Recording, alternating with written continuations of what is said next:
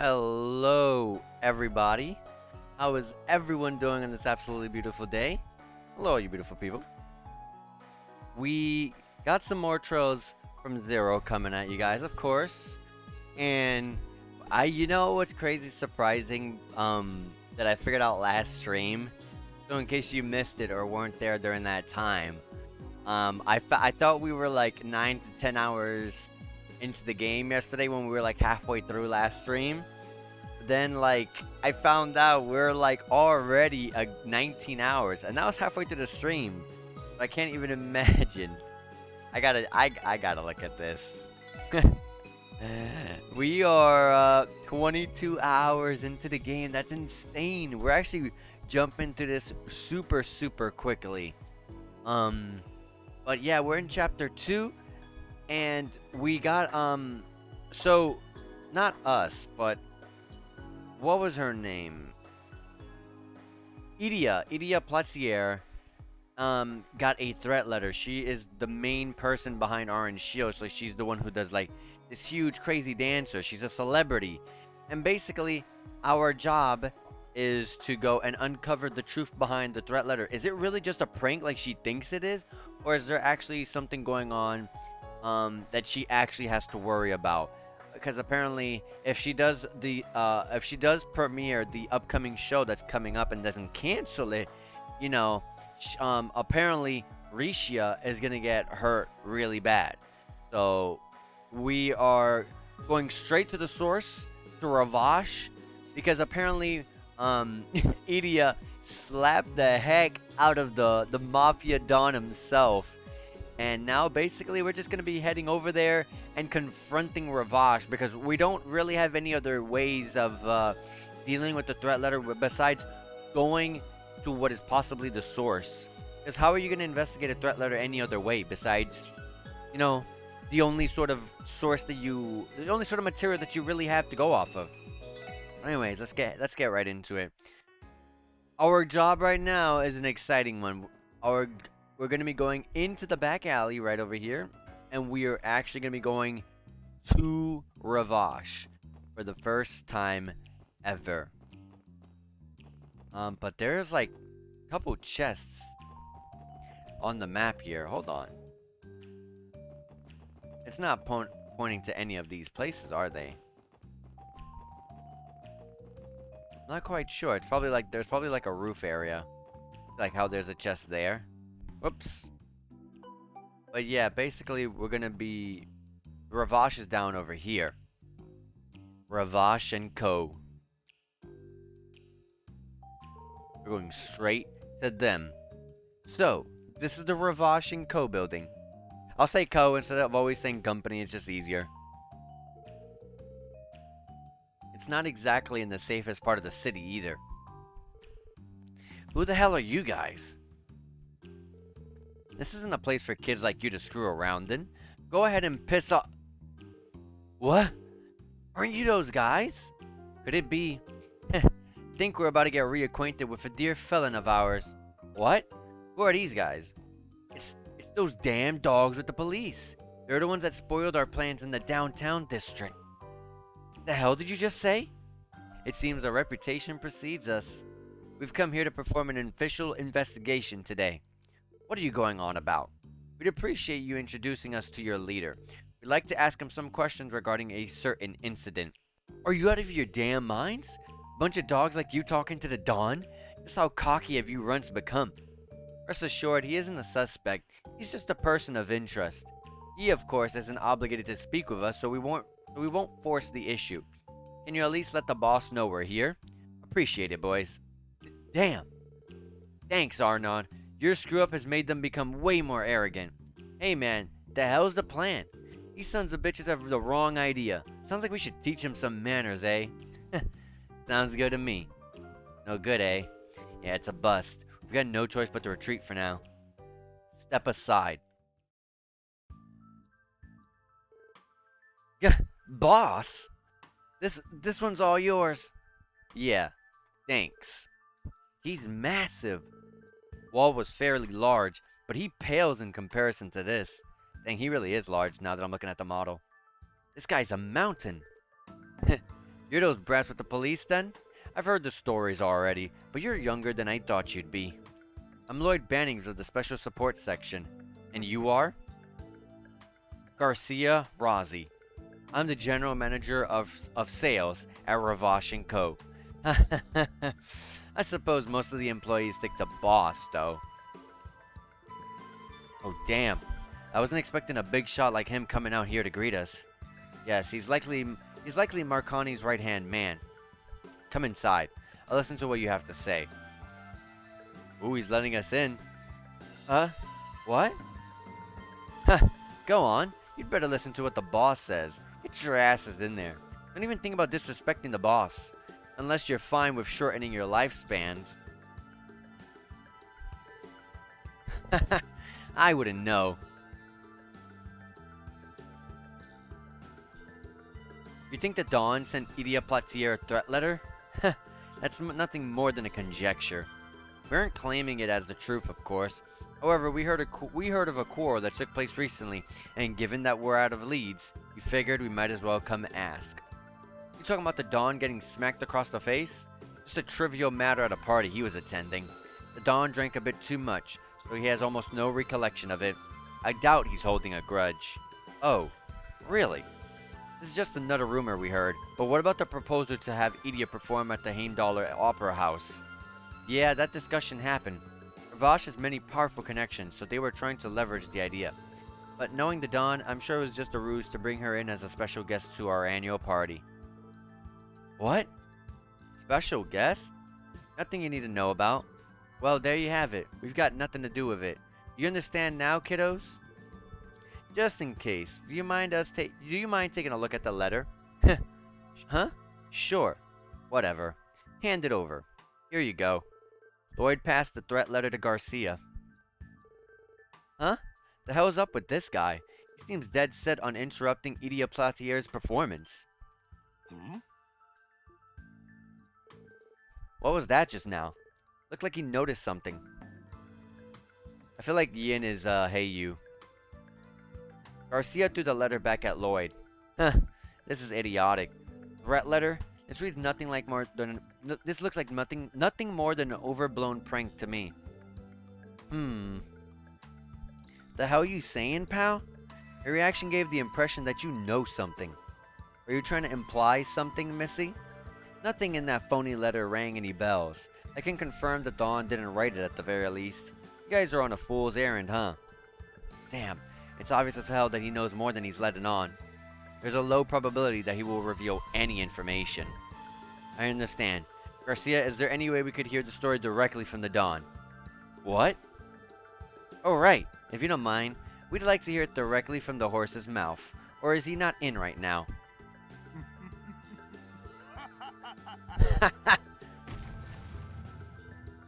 Ugh. Don't go getting cocky now, kiddos. You think the Dawn has time to see a bunch of irrelevant cops like you? A group of naive and helpless puppies that he can crush in the palm of his hand? Wait a second. I can't believe I even bothered to meet with you punks. I figured it was a good opportunity, so I'll be gracious and give you a warning. No matter what you do, you can't change Crossbow's true nature. Ravash's iron grip is here to stay. Awfully arrogant, aren't you? If you understand, then get the hell out of here. I don't have time to sit around tea parties with a bunch of little shits like you. However, if you dare defy us again, there will be no mercy. I will end you. Thanks for the warning, Garcia. Let's go, everyone. I think we've gotten all we could here. Yes. Roger. You didn't even bother serving us any tea.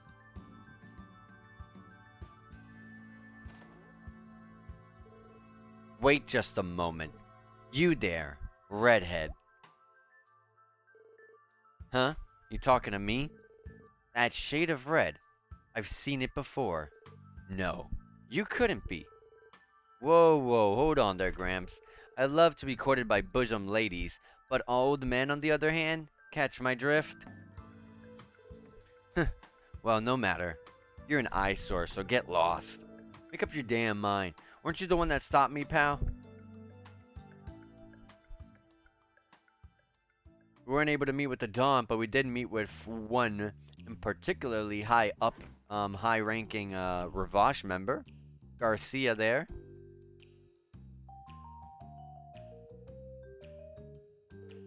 That went well. He was treating us like children. I can't stand that bastard. That reminds me, Randy. He stopped you for some reason. What was up with that? Beats me. Anyway, that monster definitely ain't bluffing. I doubt we'd even be able to put a scratch on him with the way we are now. You think? I definitely sensed that he was far beyond our reach. He seemed largely unconcerned about our actions. Right. I got that impression too. Even for someone with connection with the diet, he didn't seem fazed at all. Ellie? What's up? Oh, it's nothing. More importantly, how will we proceed? I'm sure you're already hard at work trying to connect all the dots, right? You mean regarding the threat letter sent to Idia? Yeah. I don't think we can take everything Garcia told us at face value. That being said, I think that hold on, let me read that again because I screwed that up. I don't think we can take everything Garcia told us at face value. That being said, I think there is a low likelihood that Ravash is connected to this incident. Really? But he clearly reacted to the threat letter once he saw it, right?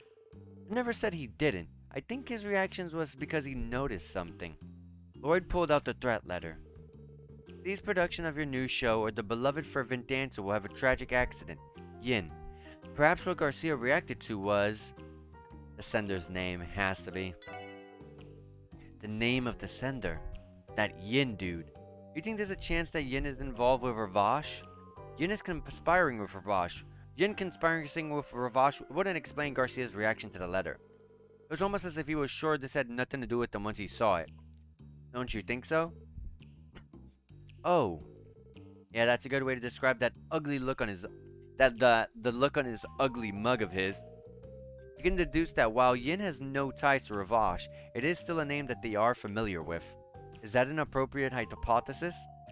Yeah, something along those lines. If that's the case, I think we should consult with someone who is more familiar with Ravash. Mr. Grimwood comes to mind. Yeah, that's a great idea.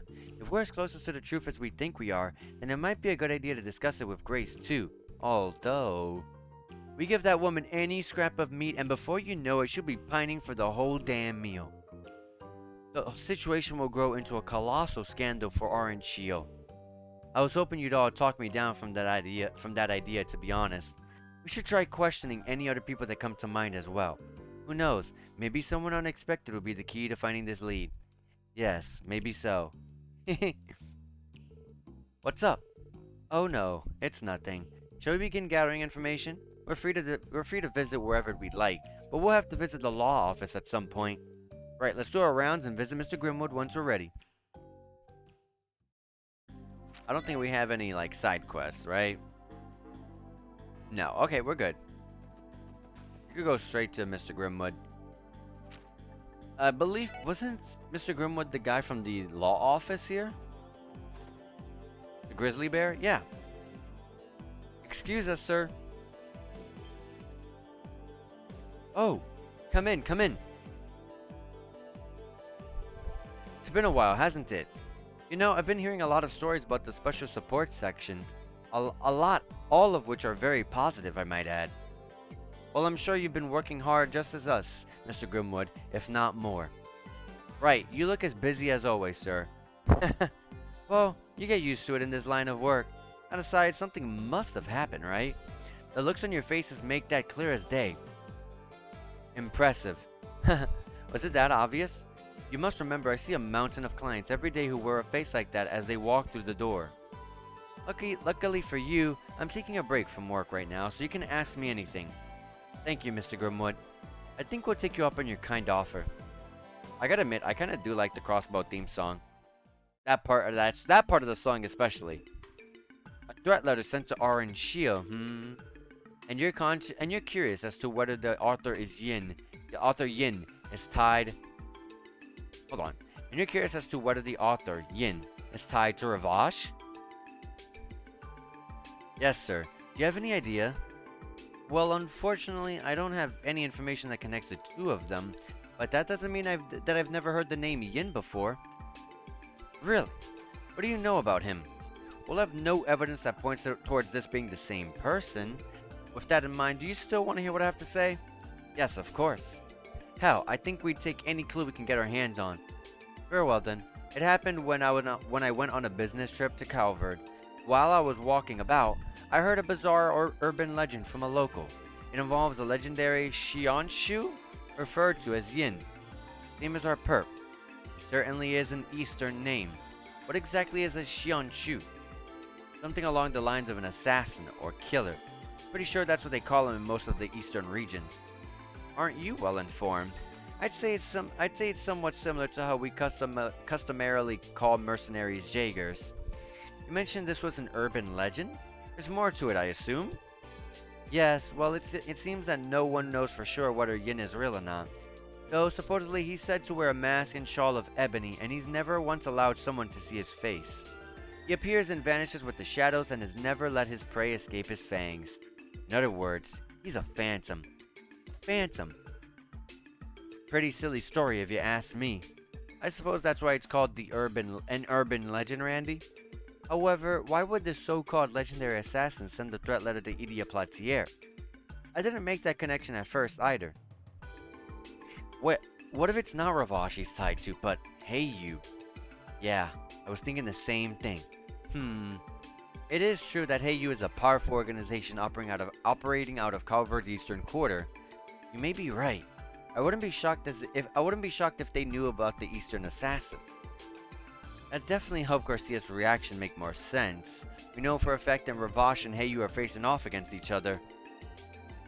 And if Heiyu and Yin are teaming up, despite not being directly tied to Ravash, it would be highly likely that the Mafia is acutely aware of his presence. That, in and of itself, would support Lloyd and Ellie's theory. An intriguing thought. But that brings us back to your previous question, Tio. Why would Yin threaten Idia Platier, the lead star of Orange Shio? Well, we need to still figure that one out. We know that Idia and Ravash's Dawn had an argument at a party. Could it be somehow related to that? I don't know. It didn't really sound like something that warranted a threat. Besides, why would Heiyu react if they're against Ravash? Yeah, that doesn't make any sense. Do you think we're dealing with someone who else that goes by the same name Yin? Not necessarily. We should assume that every clue we found so far is crucial to the success of this case. It'd be irresponsible to disregard them just because things aren't lining up right now. Hey guys, why don't we try paying Heiyu a visit? What? Whoa man, where the hell did that come from? Think about it like this. We know that Heiyu is strong enough for Ravash to keep an eye on them. To Ravash, Heiyu is a rival that continues to spread its influence and chip away at their clutch of Crossbow's criminal underworld. Depending on the circumstances, they could prove even more dangerous than Ravash. You may be right. I see. This might be the perfect chance to check whether or not that is true. Hold up. Are we sure we're gonna be okay if we suddenly barge in on them? We have no idea what kind of people we're up against, Lloyd. Actually, I recently met the manager of Heiyu Trading's Crossbow branch. Seriously? Why? He requested an audit of the company to ensure that there were no legal barricades to the business operating in Crossbow. I saw no harm in the request, so I accepted the job. And it was then that I met him. I see. What kind of impression did he give off? The word shrewd certainly comes to mind. Despite his age, he's able to enrapture others with aloof manners and a way of speaking. Well, at any rate, he struck me as somebody who tends to think outside the box. An intellectual, then. Sounds like he's gonna be a hassle. You really think we can just walk in and be like, hey man, wanna answer a few questions? True. We have a valid reason to see him, though. What do you say? This would be fun. I'm also quite curious about the branch manager. Same here. I know a bit about Ravash, but Heiyu? We're going into this blind. This is a good opportunity for us to learn more about how they operate. It's decided then. Thanks for your help, Mr. Grimwood. Looks like we're able to press on with our investigation after all. I'm happy to hear that. You're reminding me of how Guy used to work in his cases. Really? Anyway, Heiyu works under the guise of a respectable trading company. Stopping by their office shouldn't cause too much of a stir. However, never forget that their true identity is that of a massive influential crime syndicate. Don't let your guard down around them. Yes, sir. We'll keep that in mind. Hello, you beautiful person. How's it going, Nekojube? I hope you are doing well. Alright, let's make our way to Heyu Trading Limited. I think they're somewhere by the pier. Correct. Our destination should be in the northeast corner of the harbor district. They're apparently located by the river. Oh, we're talking about that red eastern looking building? You're hungry, but you're good? I just ate before I streamed, so I'm good. But you should go ahead and eat. That way you could be all... That way you could be all... You know, not hungry. The IBC and Crossbow Times building are in that area, so you would think that they'd be an upstanding establishment. I suppose it's no matter. Let's try paying them a visit. Where exactly did she say? Oh my god, hold on. Oh yeah, there's a log. Oh, you mean the eastern quarter? What was the map again? Oh.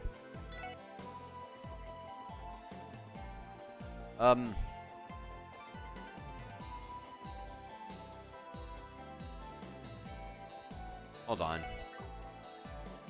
IBC and Crossbow Times are right in that area, so you would think that they'd be located by the river? This one.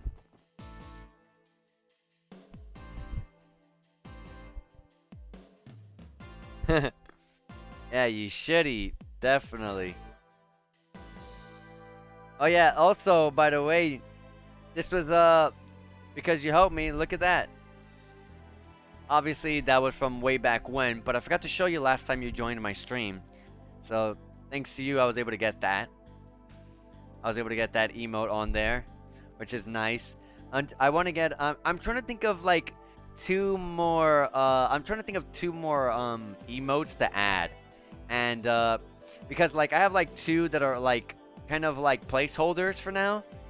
But I'm trying to think of two good emotes, but I've been putting it off on trying to actually find one, but I need to think of one. A sign is affixed to the locked door. Hey, you trading, Crossbow Branch. If you have business with us, please knock. I think this is the place. How do we proceed, Lloyd? Knock. Excuse me, is anybody there?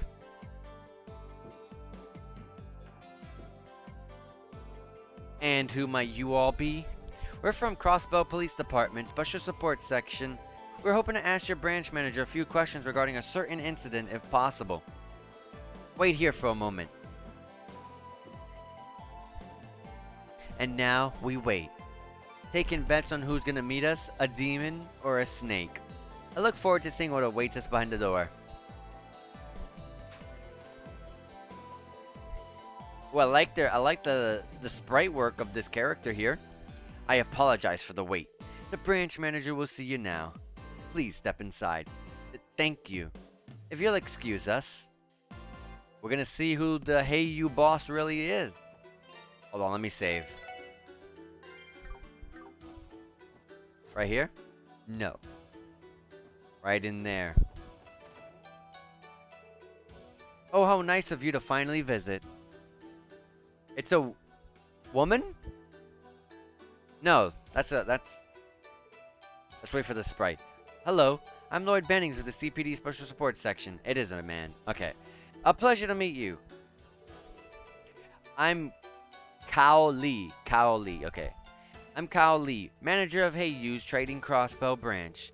So you're Lloyd, and you three must be Ellie, Randy, and Tio, correct? May I ask how you know of our names already? Of course. Truth be told, I'm an avid reader of the Crossbow Times. I was mesmerized by your exploits and instantly became a fan. Though boorish of me, I decided to investigate your backgrounds through various intermediaries. Is that so? This dude is seriously coming at us guns blazing. He is cunning and intelligent. That much is obvious. Make no mistake, it's an honor to meet an intriguing group like yourselves. What brings you to our office today? Do you take some issue with our business operations? No, not exactly.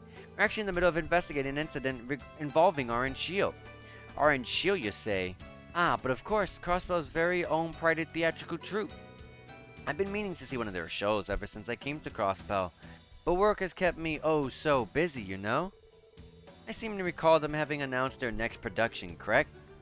Yeah, that's right. As a matter of fact, our investigation is related to an issue with their upcoming show. We'd actually like for you to we'd actually like you to ask a few questions. Oh my gosh. We'd actually like to ask you a few questions about it, if you don't mind. Oh dear. It sounds like quite the predicament has transpired. Very well. I shall comply with your request. Free of charge, of course.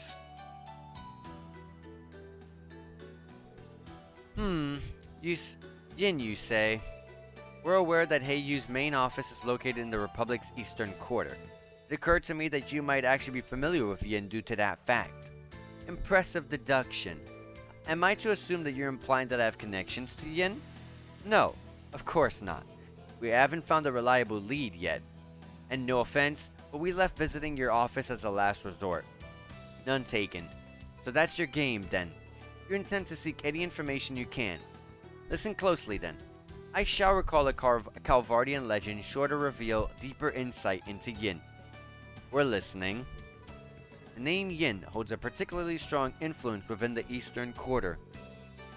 Garbed in a mask and shawl of ebony, no one has gazed on the assassin's true face. He appears like a shadow and vanishes like a phantom. His prey has never once escaped.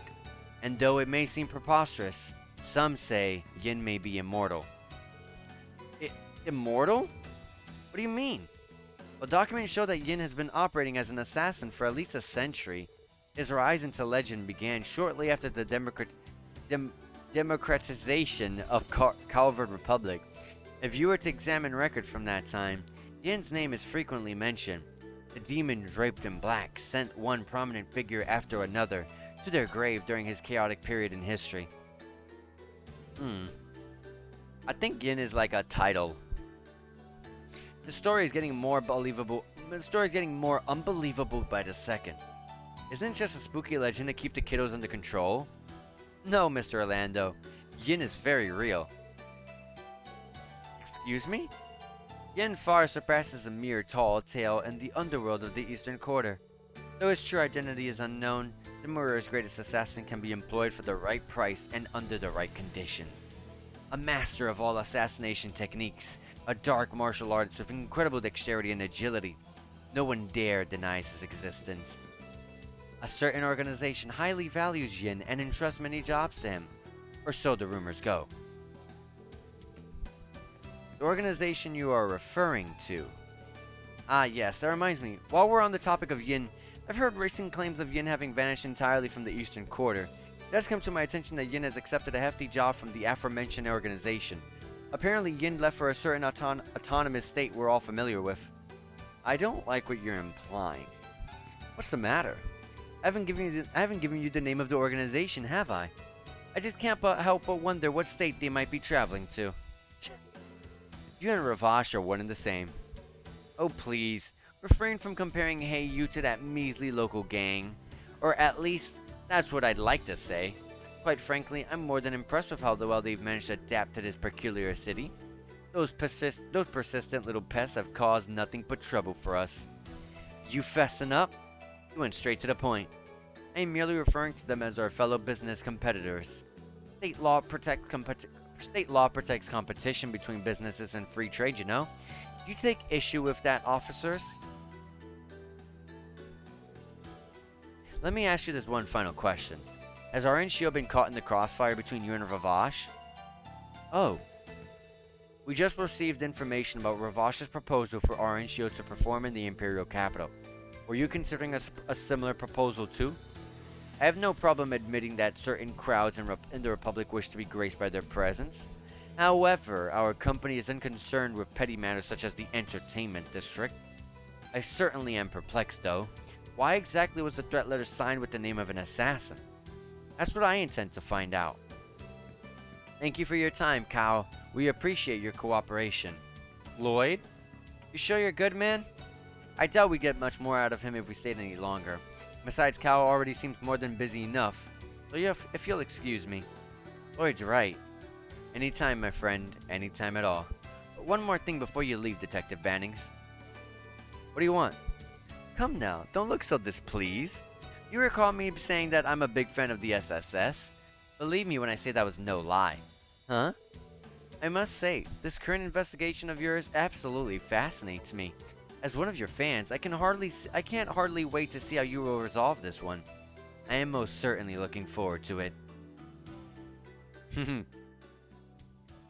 I feel like their Heyu is way scarier than Ravash. They seem way more powerful than Ravash. Thank you for all you do, officers. The branch manager told me to tell you to contact us again if anything happens. We appreciate the hospitality. So now we have to worry about these guys on top of Ravash. I want to say they at least seem a bit friendlier than Ravash. You think they're just doing it to screw with us? That is not out of the realm of possibilities. Ellie, you're okay? Are you feeling unwell? No, I'm fine. More importantly, we found out that the legendary assassin Yin has managed to infiltrate Crossbow State. We can likely work under this assumption. Yeah, it didn't seem like he was lying. Also, I find it hard to believe that Kao is the one threatening Orange Shio and Idia. I was thinking the same thing.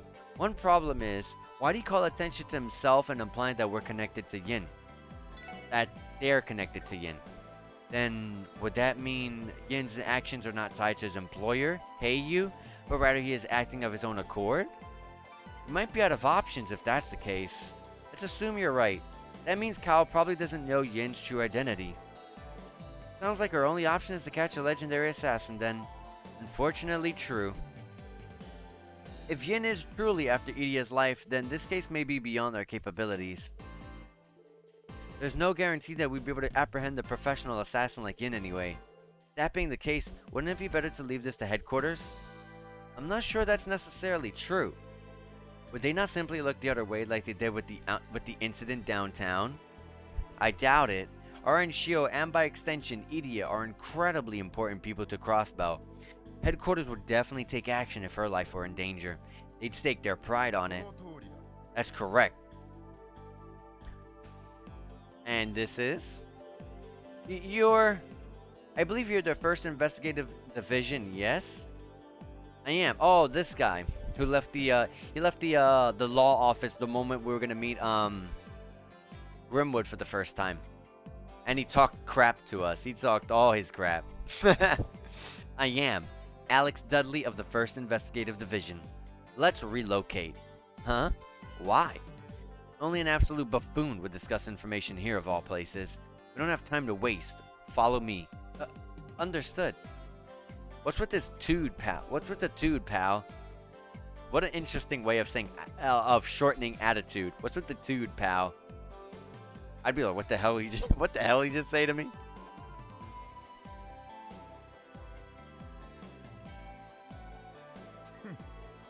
Are you all insane? I don't know what you were planning, but to think that you'd waltz right in there. Not only that, you then decided to discuss the results within earshot of their building. Sorry, sir. Perhaps we were too hasty with our judgment? Well, what? You're gonna explain to me what you were babbling about with Orange Shio, and how this all relates to your little visit to Heyu? You better tell me everything you know. Excuse me? Where the hell is this coming from? It is brazen of you to demand that after showing up so suddenly. I wonder which one of us is truly brazen. The 1st Division has been keeping tabs on Heyu for over a month already. You're the ones who barged into our investigation without any notice. Is that really the truth? Does that mean you're after Yin too? Oh, aware of Yin's existence already, are we? Well, no matter. Tell me everything you know. I won't hesitate to file a complaint to Sergei claiming you're obstructing our investigation, if you don't comply, that is. Damn it. Alright, fine, I understand. However, this was a formal request submitted to the SSS. Can we ask that you don't tell anyone else? I'll be the one to decide that. On with the details already. This is in the order.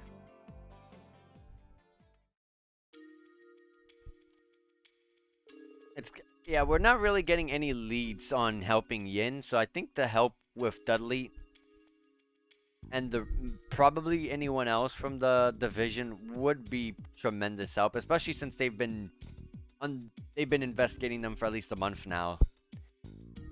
I understand the situation. I didn't think there was anything concrete, but it seems they finally tipped their hand. Are you referring to Yin? Yes, I am. Hey, you employed a legendary assassin as a trump card in order to threaten Ravash's influence.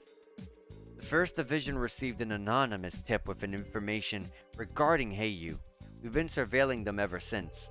I have to say though, I'm impressed a group of amateurs were able to jump right into the thick of it and create an opening. Wow, mighty high praise coming from a guy like you. I'd like to inquire as to why you only had Heiyu under your surveillance. I'm under the impression that your team is leaving Ravash unchecked. Excuse me? What are you implying? The First Division already understand Ravash's operating procedure. We're also fully aware of both the incidents downtown and how they've used warhounds. Don't think for a second that we haven't kept tabs on the cases you've been getting involved in. What? Why then? If we jump on every little thing they did, then we'd be running in circles. It's not like they committed murder, they were just petty crimes. Do you think it's worth to strain our limited personnel and put off more important cases? I understand that, but still. Detectives of the First Division are different from greenhorns like yourself. We're charged with maintaining a certain degree of order in a city where justice has an uphill battle as is. We're expected to suppress major crimes and protect the public from criminal organizations and foreign intelligence agencies. Can you possibly fathom the work that goes into that? I knew it. I always had a feeling. Crossbow's peace and prosperity are hanging by a thread. Yes, and most of the citizens fail to realize it. Sure, it might be popular to read stories on Ravash's ties to Imperial Faction Diet members. Meanwhile, Heiyu is in the process of deepening their relationship with the Republican faction. If we allow it to progress any further, they'll be untouchable. Our laws against espionage are lax as well. Agents from foreign intelligence agencies are free to enter and leave however they like. I never realized how dire the situation was. This is unbelievable. Sounds like Crossbow is always one step away from all hell breaking loose. We're doing everything we can despite the situation we're in. We assess how dangerous each case is, and even if we can't solve the root cause of it, we can at least lessen the impact. Handling Yin is nothing more than solving one part of a larger puzzle. Huh? We haven't been able to keep a close watch on the case regarding Orange Shield. Thank you for the valuable information. The First Division will handle it from here. You may return to your usual position. What? The hell's you getting at? Why are you doing this to us? After carefully assessing the situation, I've ascertained that Yin is nothing more than a legend.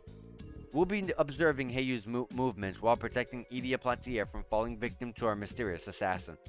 Tell me, do you think you'd be able to handle it? Damn it. With our lack of resources, it would prove to be too difficult. At the very least, I can let you handle contacting Orange Shield. Make sure you tell them that their case has been transferred to the First Division. See to it that they're given a proper explanation.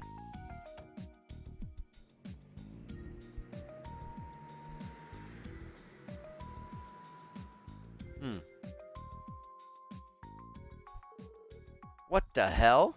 He said his piece and then pieced out? Driving away in his personal vehicle frustrates me even more. As frustrated as we all are, I understand where he's coming from. You do? I actually agree with him. The scope of this case has gone way beyond our level of experience. All we can do now is inform the troop and offer our sincerest apologies. Sincerest apologies. So that's it. There is nothing more we can do. Wait a moment, everyone. Huh? Lloyd, how can you? How can you say that? You told us to overcome our barriers. You said as long as we're together, then no barrier is too high. Didn't you? So, why? Why are you giving up so easily? Ellie? Why the total meltdown, Mademoiselle Ellie? Didn't you already tell us it'd be better to leave it to headquarters? Oh, I did, didn't I? Ellie. Listen, Ellie. I don't like the situation we're in either. I don't want it to end this way. There has to be something we can do. If you don't want us to give up, then we'll find another way. No, it's alright. I'm sorry, everyone. I think we've just had a rough day is all. Ellie.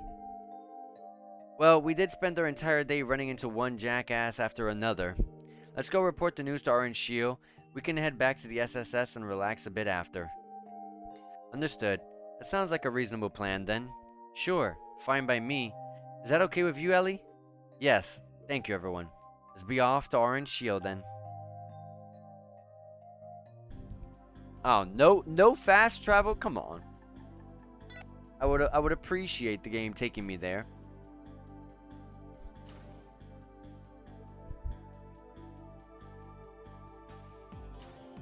Who's this? Oh no! Oh, what a surprise. Good afternoon, Ellie. Oh, it's her parent. It has to be her parents. Hello, Grandfather Ernest. Did I hear her right? This man is Ellie's grandfather? It's a shame that I haven't seen you recently. You look well. How is work? Well, I'm so new to everything, so we've made a few missteps along the way, but I assure you, I don't intend to bring any shame upon the McDowell name. Oh, Ellie, I've told you, haven't I? Don't worry yourself with name or pedigree. Are these your colleagues by chance? Yes, they are. It's nice to meet you, sir. My name is Lloyd Bannings, and I'm with the CPD Special Support Section. Tio Plato. How do you do? How's it going? Name's Randy Orlando. My name is Henry McDowell. It's a pleasure to meet the three of you. I must thank you for taking care of my daughter, my granddaughter. No, sir. I think you're mistaken. Ellie's the one that's always looking after us. Madame Moy Ellie's a bona fide genius when it comes to taking care of reports and all that jazz. That does not excuse your that does not excuse your utter lack of assistance, Randy. Don't worry about it. It's okay. Is that so? Well, what is important is that you're content with your post. You know, Ellie, it wouldn't hurt to stop by your home every once in a while. My apologies. I've been hesitant to rely on anyone ever since I became independent. Even so, don't you... It's fine, Ernest. Ellie wishes to stand by her decision. Listen, dear. Continue down the path you've chosen until you're satisfied. I cannot mix business with personal affairs, but know that I will cooperate with you to the best of my abilities. I know. Thank you, Grandfather. Now then, shall we go, Ernest? I have a meeting with the Business Owners Association next, correct? Yes, sir. It's scheduled for 5 p.m.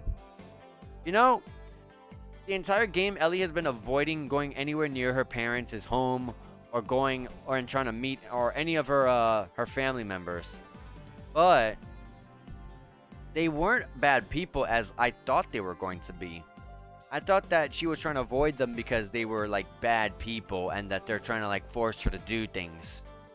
You know, that sort of stuff. Or they're strict and, you know. So I thought that's what I had in mind, but at least her grandfather seemed like a good person. Ain't that a bitchin' ride? I knew your family was loaded, Madame Moyelli. I wouldn't really... Wait! Holy smokes, dude, you okay? What seems to be the issue, Lloyd? He said Henry McDowell, right? As in the mayor of Crossbow City? That Henry McDowell? Well, I'll be damned. He is? That's right. I believe I saw that name and position recorded in the database. Oh dear. Honestly, it's a miracle that you hadn't noticed up until now. There was always something about your surname that bothered me, but I couldn't for the life of me figure out what it was. The mayor's name must have totally slipped my mind, I guess. Geez, and I call myself a detective. Well, I don't particularly mind, you know. My grandfather's position has nothing to do with me, after all. We should get back to the task at hand. It pains me to admit it, but we have to tell Idia and the others about the First Division taking over the case. Yeah, unfortunately. Yo, Madame Moyelli, why do you think your granddad stopped by Orange Shield? Oh, that? Orange Shield's first public performance of their new production is being held alongside this year's anniversary festival. I can only assume he was here for a business meeting regarding that. Alright, a lot of cutscenes I'm gonna save. I guess we're gonna tell them the bad news that we're off the case. and the first investigation is gonna be taken over. Oh, they're doing their dancing. They're practicing right now. I love how they jump super high and do all these turns, but we can't do any of this. Like, what the heck was that? Like, flutter jump. Whew. Ah. Oh, look. You're back. Hot damn. Lucky us. You two are incredible. Indeed, I have never experienced anything quite like that. You think? Sounds like if we start ironing out the kinks, this might become a crowd favorite. Oh, that gives me an idea. How about we put a little delay on the Moon Princess spin, Risha? That way the Sun Princess will have to respond in a way that should really wow the audience. That's perfect. Your dancing isn't the only thing that's amazing. You're building upon a finished scene even though you don't even have to. How's that amazing? If we have the ability to do it, we might as well strive for perfection until it's time to perform. But enough about that. Any developments in the investigation? Oh, that's right. Yes, actually. It's, not exactly good news.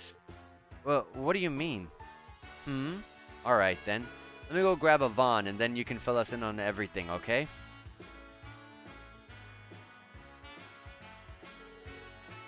This Yin character sounds like he's quite dangerous. You can't be serious. He's really somewhere in the city? Wowza, ain't that a kicker. A shadowy immortal assassin that the Eastern Quarter sings legends about. Oh, I love it. That character will play a huge role in our next production. Actually, let's just throw him in.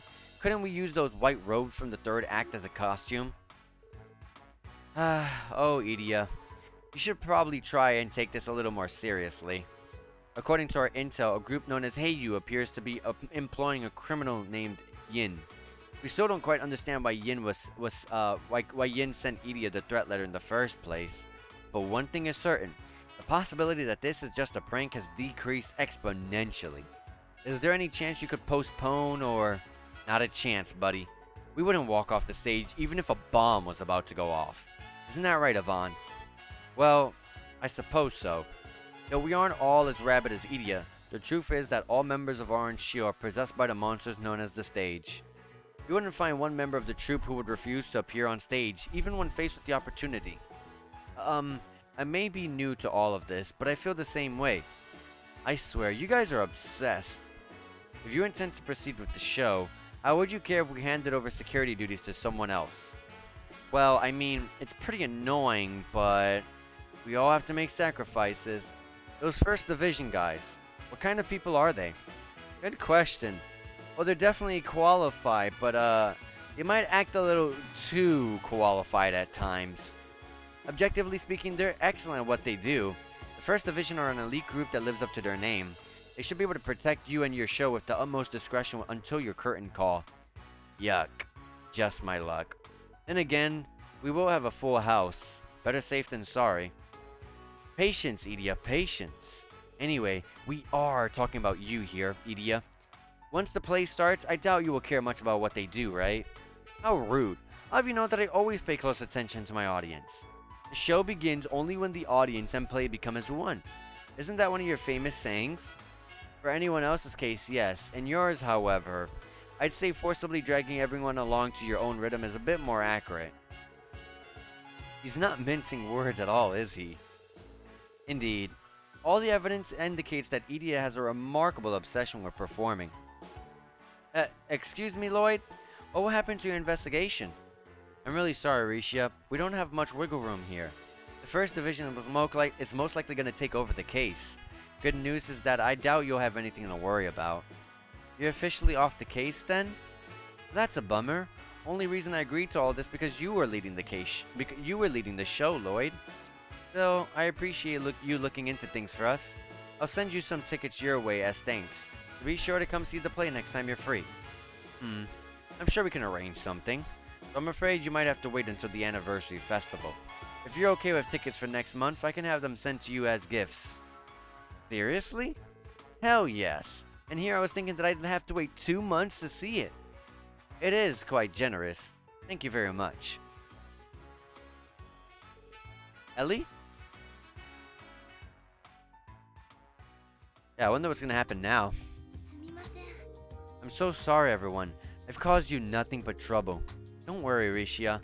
After all, wasted efforts are just another part of the job. Such is the nature of crime prevention. Yep, no worries, Rishia. Forget about us and focus on the private performance, eh? If you guys say so, then I will. Thank you, everyone. Private performance? The hell? You don't know about it already? Orange Shield puts on a little sneak peek of their new show before it's available to the public. That's correct. This will be my first time performing in one. People from the media and other select individuals, home and abroad, have been invited to attend. I can only assume that a lot of celebrities will come too, and boost awareness of our new production. Wow, that's pretty crazy. By any chance, was Mayor McDowell invited as well? Oh yes, he's our guest of honor. The others have told me that he plans to publicly support it in conjunction with the anniversary festival. He's quite kind. Despite his busy schedule, he's made time to stop by and encourage us. I very much like him.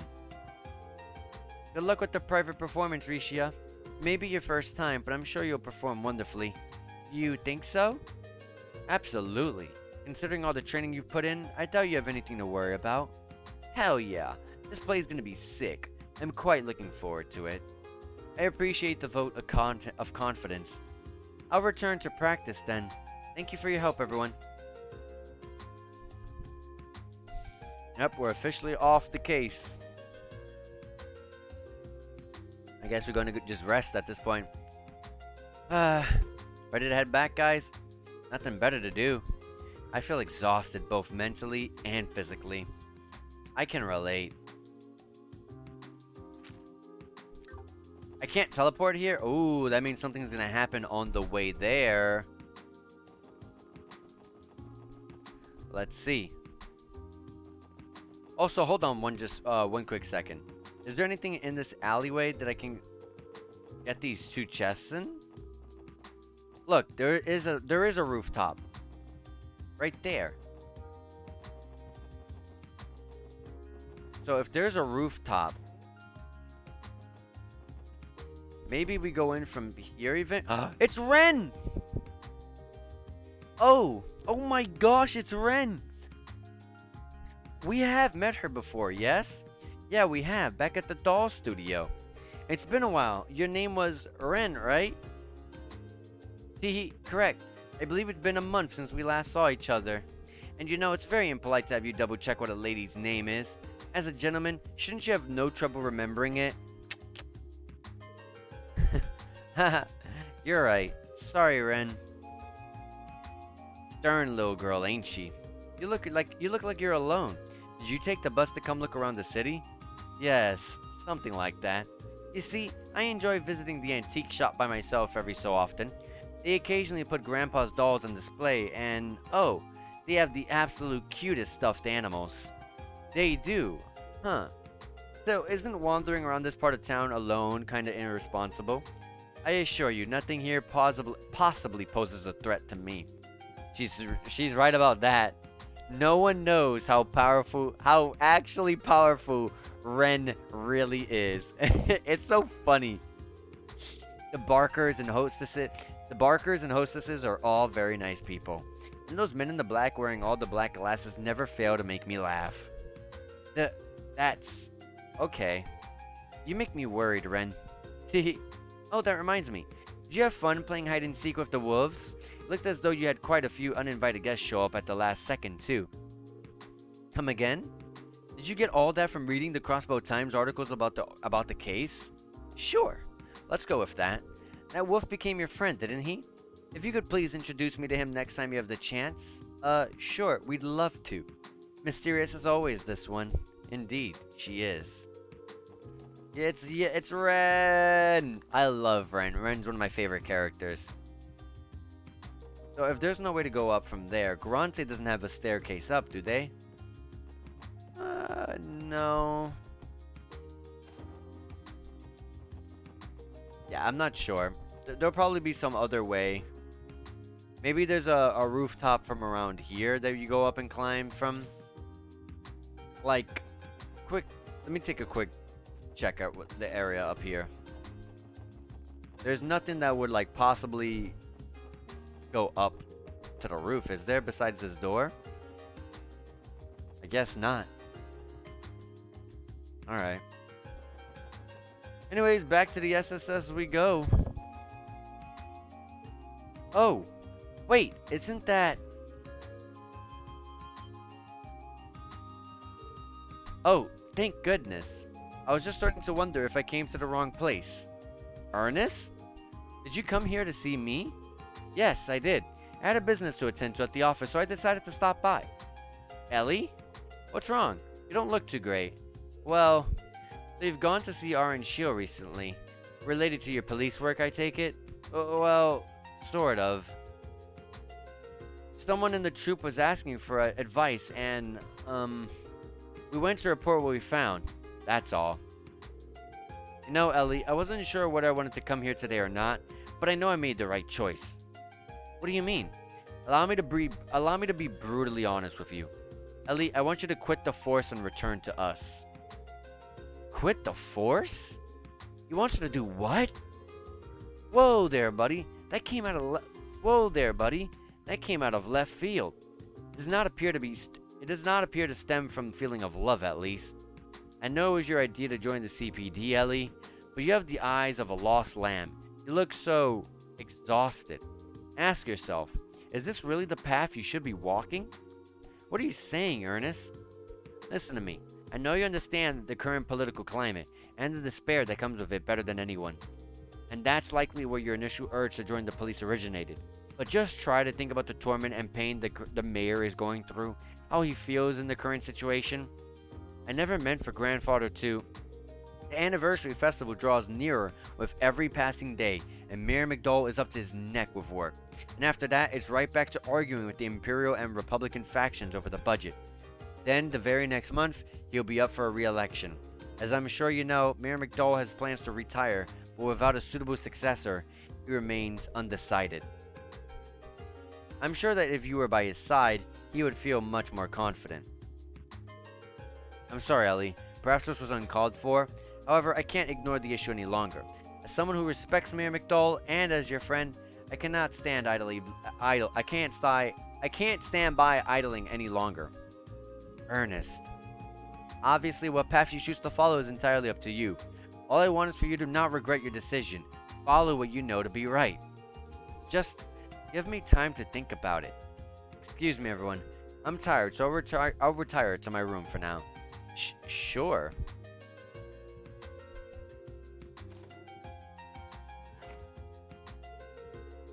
My apologies. I know suddenly showing up out of the blue wasn't exactly tactful. It's okay. Sounds like Ellie's situation is much more complicated than we thought. As you know, as long as you stop bothering Mademoiselle Ellie, we're cool. Seconded. Personally, it feels like you are attempting to take Ellie away from us. Really, that wasn't my intention. Still, you are aware that oh my god, I am screwing up. Let me get some water. Hold on. I'm butchering every single line. Okay. Still, you are aware that she wanted to become a politician before a police officer, aren't you? A politician? Really? You don't say. Our Mademoiselle Ellie? That would explain her seemingly boundless knowledge of politics and economics. As the heir of our current mayor, it was only natural for her to pursue a career in politics. Her year as an exchange student in so many nations should have contributed to her talent for international relations and politics. However, when she returned home last year, she was dead set on joining the CPD. So that's how it happened. I was unaware. I did always wonder why a fancy lady like herself was working for the CPD. Why would you keep an eye on her until she makes her decision? She's too talented, too skilled, to simply flounder about like this. Goodness, it's already gotten so late. I'm sorry for taking up so much of your time. I'll get out of your hair for now. See you.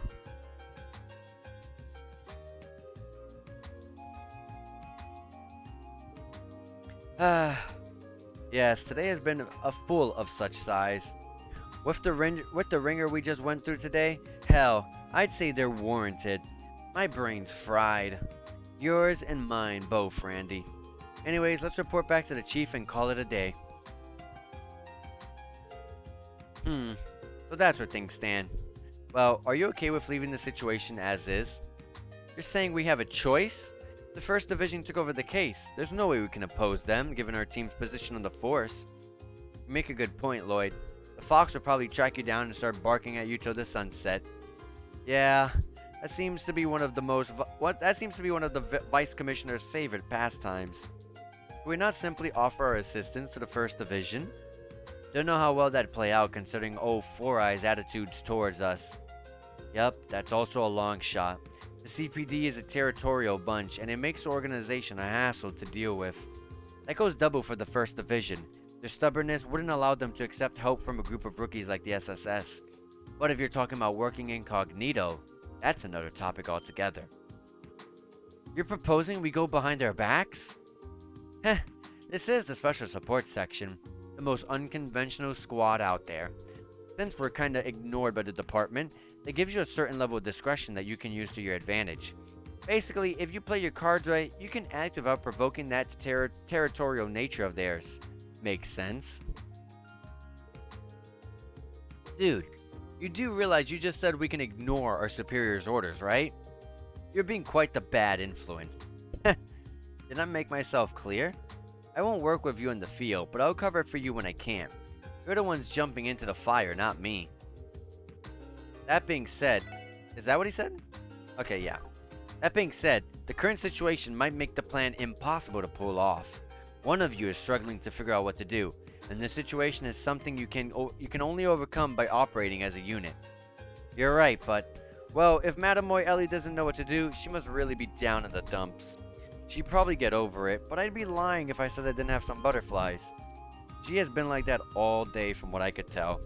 Is Ellie gonna be alright?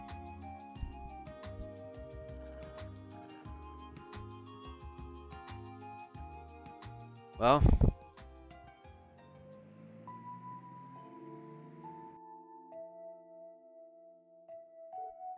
this guy has his whole shoes on the bed. Ellie, over these past 2 months, I thought we'd become pretty close. Sounds like the all-important issue she's dealing with flew right over my head. I suppose it makes sense that Mayor McDowell's granddaughter's an aspiring politician herself. Now that I think about it, you didn't attend the police academy, right, Ellie? So how'd you happen to join the CPD? Well, to be honest, this is a part of my plan to study our society. While I didn't attend the academy, I did take a written exam and marksmanship test when I applied. They couldn't really reject me since I made perfect marks on both tests. You know, the more I learn, the more I feel like we're worlds apart. Oh? But it's pretty rare for the rookies to already earn their detective license, isn't it? You have your own circumstances, right, Lloyd? That's... Perhaps it'd be best to continue this after we've officially become co-workers. Alright. I'll try talking to Ellie for a bit. If she's worried about something, I might be able to lend a shoulder. And is it time that we continue that conversation we started? I guess so. That's what I was saying. I was like, at this time, this is the perfect time to go to Ellie. Here goes nothing. Ellie, do you have a minute? No reply. Is she asleep? No, I don't sense anyone inside. I hope she doesn't mind me checking.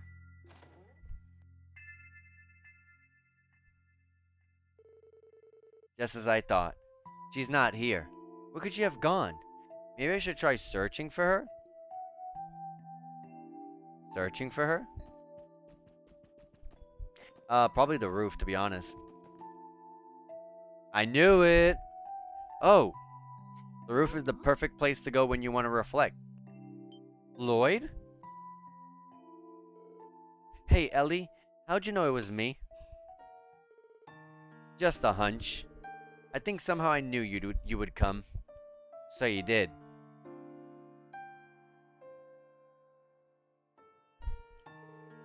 Breathtaking as always. But isn't that the IBC in the distance? Yes, it is. I doubt you would find the night sky as beautiful as Crossbows even if you scoured the entire continent. Yet the more lights of the city shine, the more the stars seem to dim. The purity of starlight, the symbol of ADO's love. Ellie, You remember everything that happened today, don't you? With Ravash, Hayu, and Dudley? No matter what you do, you can't change Crossbow's true nature. Ravash's iron grip is here to stay. I am merely referring to them as our fellow business competitors. State law protects competition between businesses and free trade, you know. Do you take offense with that, officers? We're charged with maintaining a certain degree of order within a city where justice has an uphill battle as is. We're expected to suppress major crimes and protect the public from criminal organization and foreign intelligence agencies. Can you possibly fathom the work that goes into that? There analyze the city's darkness, the tragic truth of the state called Crossbow. We're kept alive only by the will of the Empire and the Republic, stripped of all pride, lied to, and deceived. We're drowning in false prosperities and frivolities only because our captors allow it. Everyone just surrenders to these circumstances and accepts the status quo, blissfully ignorant. That's the city we live in. Maybe you're right, but you don't want to surrender just yet, do you, Ellie? I once had a mother and father. Once had? Oh, I suppose putting it like that makes it sound as if they've passed away. They're still very much alive. What it means to say is they divorced when I was little. My mother lives in the Empire now, and my father in the Republic. I had no idea.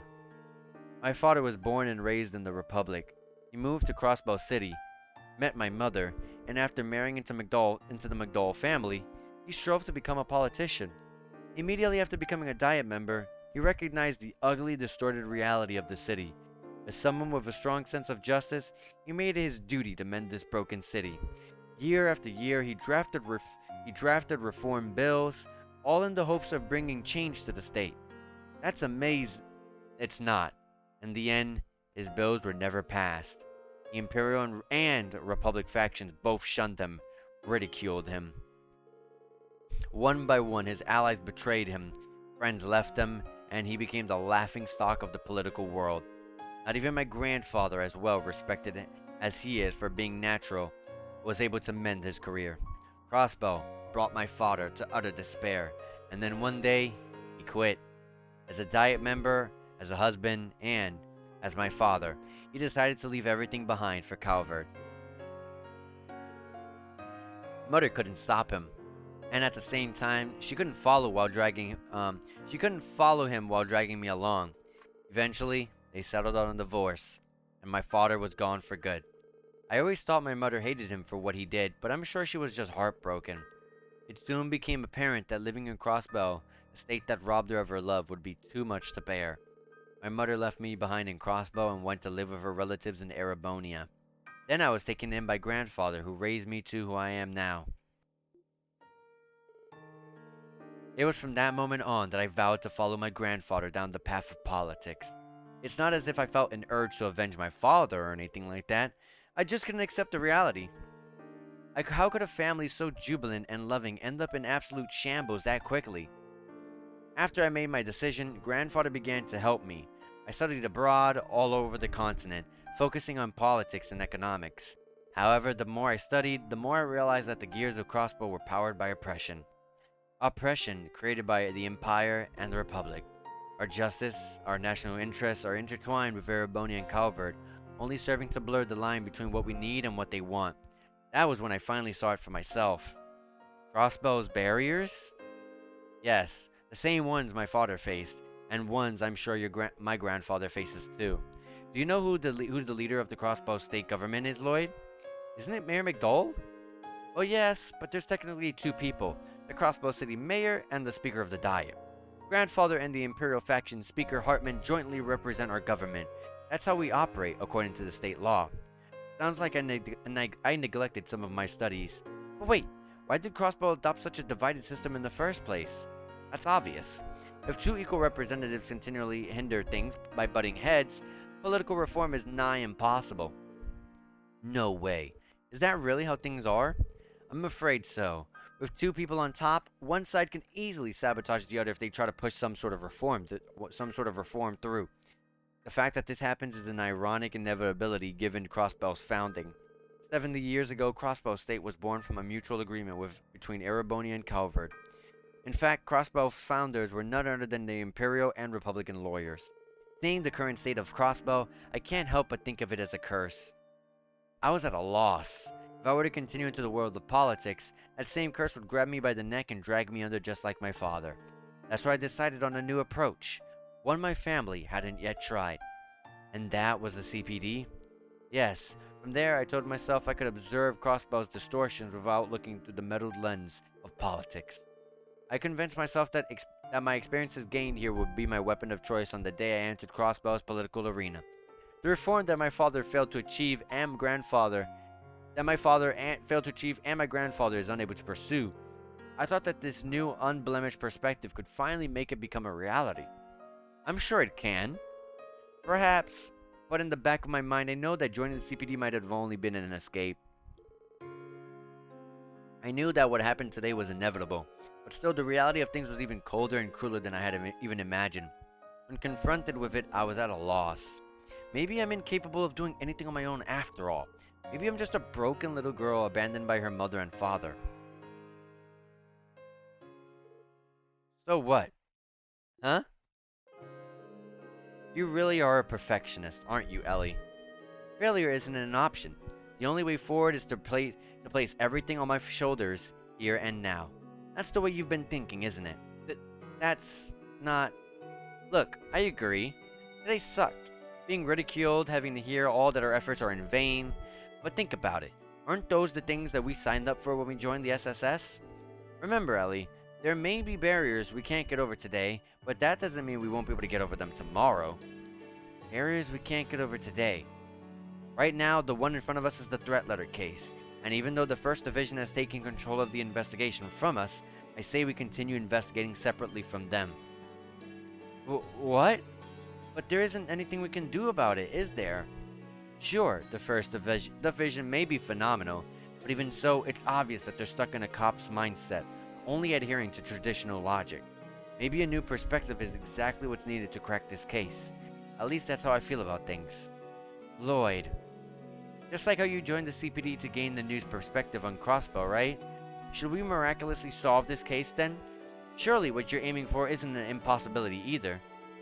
I'll admit that by comparing our current investigation to Crossbow's underlying issues is a bit of an oversimplification. But what we need right now is the experience of overcoming these kinds of obstacles. Think about it. Clear the small barriers one by one. If we do that, then someday we'll have the power to get over the taller ones too. In these 2 months we've been together, I've come to realize something. You have your own set of barriers you want to overcome, don't you? And if that's the case, how are you able to stay so optimistic? Well, let's see. Maybe it's because I have someone I'm trying to catch up to. Though, that in itself may present some issues. I think I understand. But I'm not as strong as you are. I'm just so tired of it all. I didn't come up here with the intention of spilling everything about my past like I did. I just couldn't keep it bottled up anymore. At this rate, I'm only gonna drag the team down. And if that's the case, I should probably... Ellie.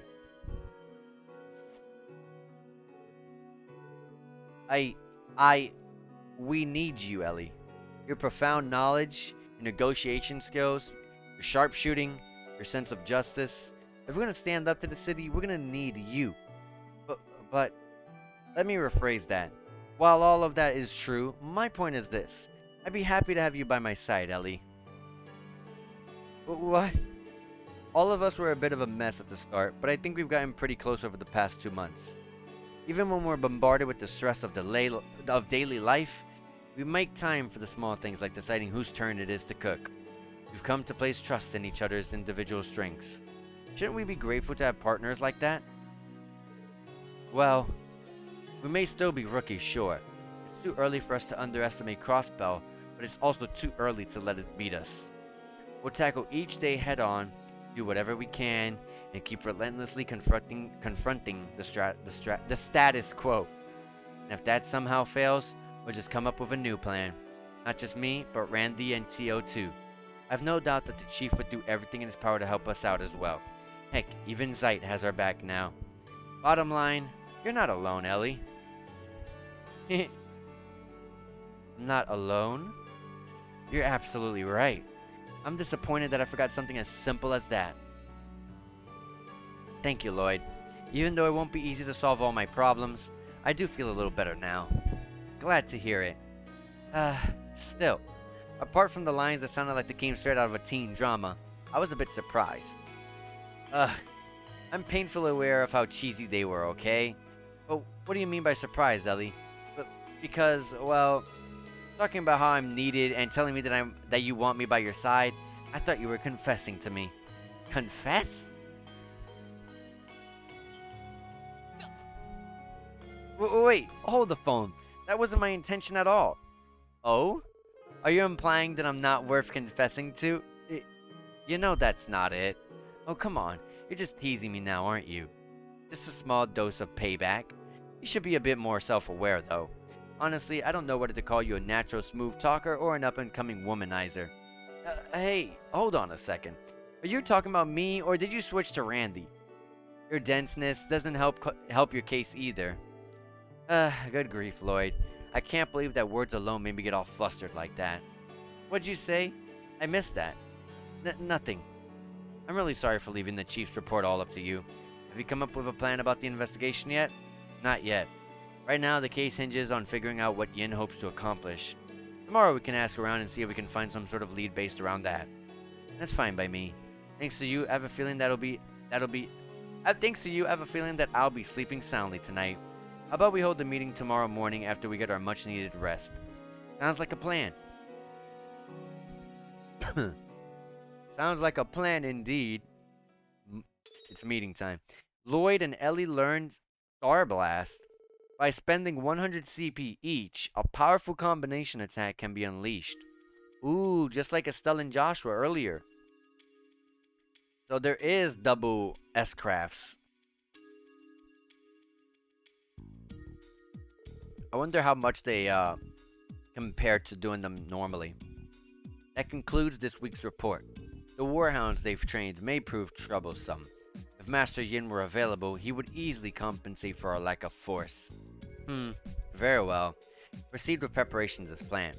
Next on the agenda, recall half of our personnel currently dispatched in Altair. Understood. I shall take my leave, Master Cao. Have a pleasant evening. Yes. To you as well.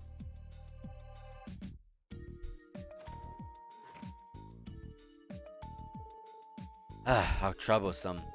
I'll have to worry about the consequences later if I request the Elder's assistance. If only Master Yin were more cooperative, and our plans would be proceeding splendidly. Worry not. I plan to uphold my end of the bargain.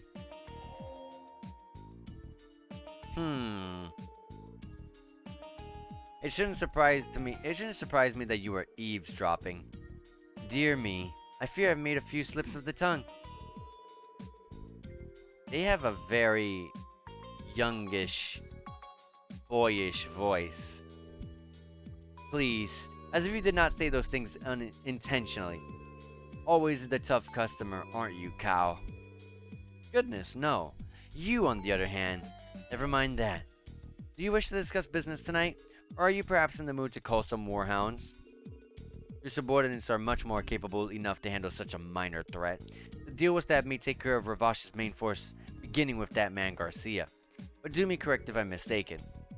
Oh dear me, you truly are no fun. It's come to my attention that you become entangled with Orange Shield for some odd reason. Just a reminder that the CPD isn't too shabby at their job, so don't go doing anything to soil my good name. Do I make myself clear? No need to worry.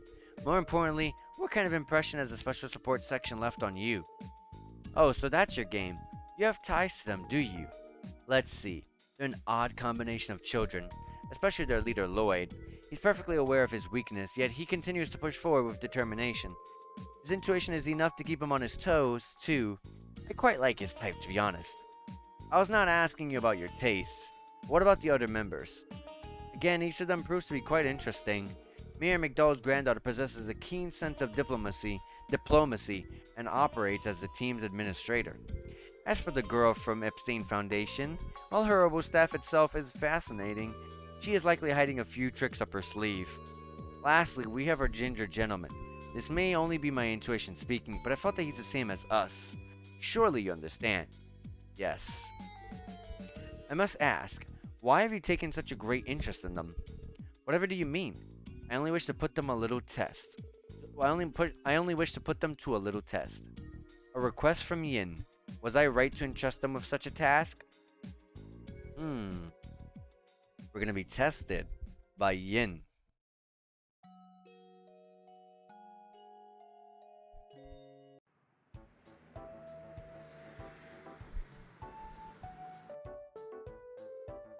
Isn't it a bit ridiculous? Despite our work, we had no choice but to hand the case over to the First Division. Risha was smart enough to ask us, but just imagine if she hadn't. Everything we learned about Yin would have stayed in the dark. Yeah, I know. If only there was some kind of diversion that would allow us to continue investigating. Let's think for a minute. Who would know about the existence of Yin? Well, obviously, Heiyu, considering that's his current employer. And then there's their rival, Ravash, and the First Division, who's tracking Heiyu's movements according to Dudley. From there, we can assume that Speaker Hartman, who's closely tied to Ravash, knows about him as well. That's the man you mentioned yesterday, right, Ellie? Yes, he's a career politician with more or less rules over the Diet, serving as the leader of the Imperial faction. Honestly, it wouldn't be far-fetched to say that he's Ravash's greatest supporter. Incidentally, almost all of Grandfather's reform bills were crushed by this man. I've always heard his name, but I never understood the weight behind it. In this instance, wouldn't Yin be their opponent? That would make sense. Tio? Randy? You two look completely bewildered. Is there something we're missing? No, it's just... You seem to be in a much better mood today, Ellie. I guess so. I'm sorry about yesterday, everyone. I wasn't acting like myself. But I'm fine now, and I don't intend to be a burden to the team. You've never been a burden to us, Ellie. Quite the opposite, actually. You help us out all the time. I mean, look at us right now. You're making connections in this case that I'd never be able to make. I guess so. Something smells fishy. Agreed. Something is off. Very off. What's that supposed to mean? But wait a minute, you two. You know, I could hear a pair of voices chattering away on the roof from my window. I wonder. Congratulations, Lloyd and Ellie. I wish the best for the two of you. Hold on. We didn't do anything that warrants congratulations, right, Ellie? Yes, I mean, no. We were just talking about life and other things of that nature. Life, eh? Uh-huh. I'm sure you did. So, Lloyd, how far did you go? Randy! Please, Theo's sitting right there. How far did you go? Is Randy referring to the intimacy people engage in while in romantic relations? Nope, not at all. Lloyd and Ellie? Sitting in a tree. Guys, cut it out! Yes, ma'am. Geez, you guys are insane. Me and Ellie together, romantically? I'd say the odds of that happening are pretty slim. What was that? I mean, we're kind of incompatible, and everything last night was strictly professional. Right, Ellie? What's the matter? You numbskull. You've just signed your death warrant, Lloyd. Oh yes, you are so right, Lloyd. All I did was ask you for some advice on a very unimportant subject, that's all. And there most definitely wasn't any sort of romantic atmosphere like you oh so graciously pointed out. Alright then. You know, by incompatible I only meant that we don't exactly make a good match. That face.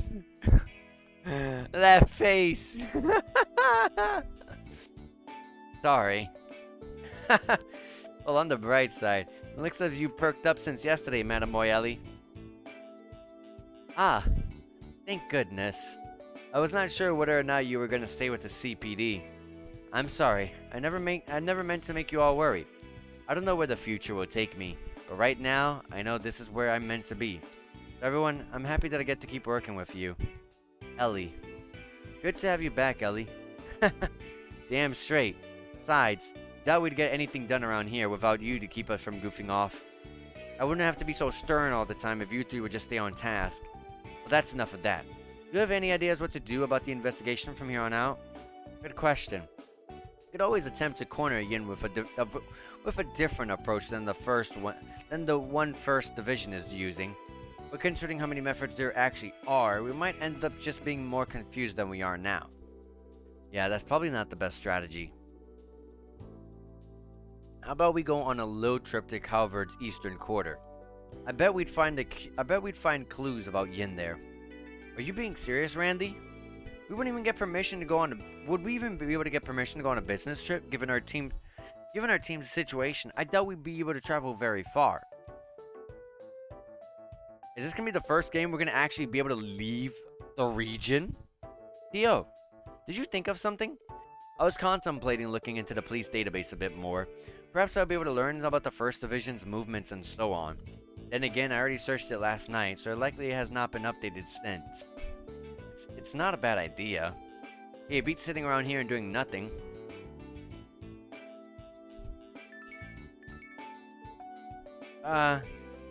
What's that? What's wrong? How strange. It seems as though we have received an orb mail. What's that again? Aren't they essentially letters that can be sent from terminal to terminal?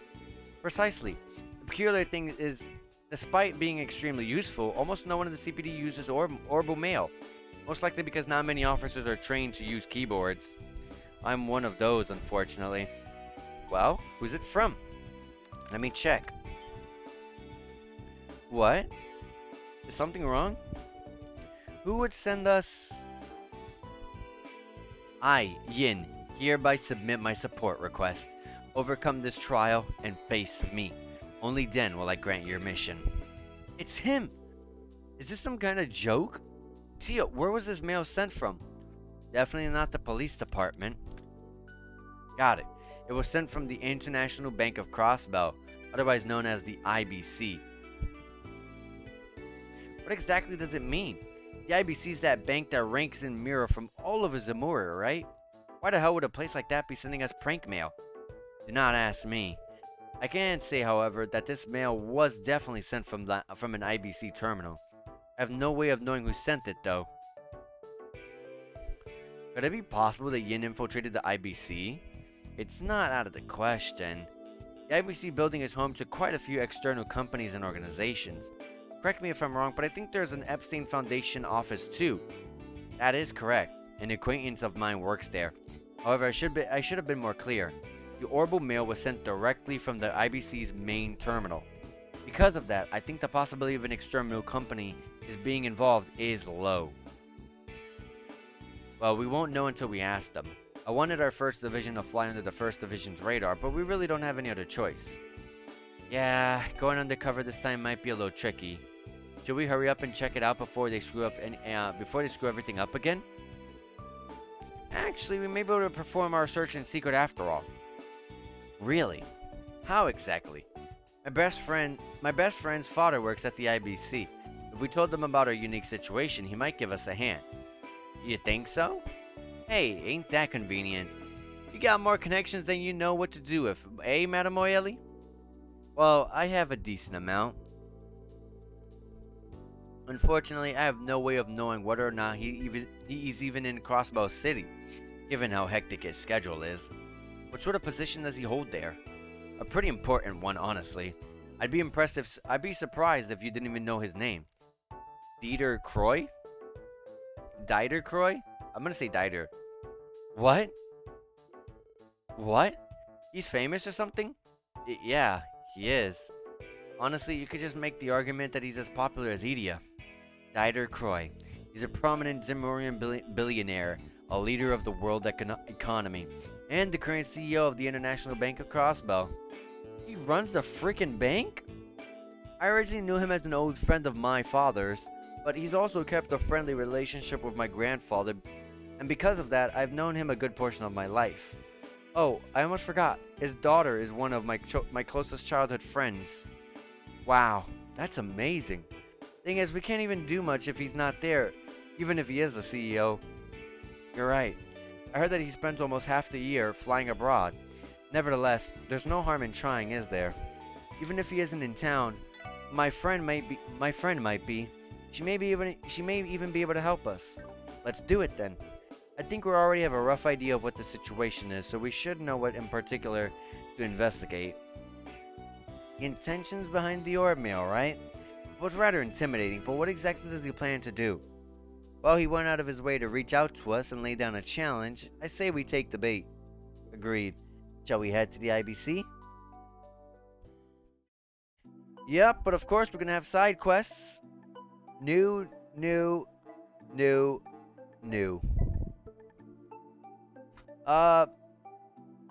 We have a monster. Turned into herb. This one is...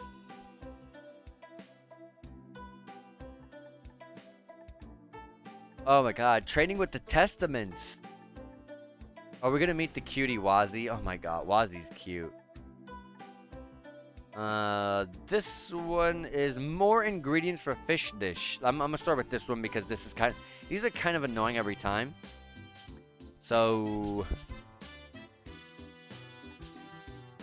Long, Loud, Tavern, and Inn. Okay.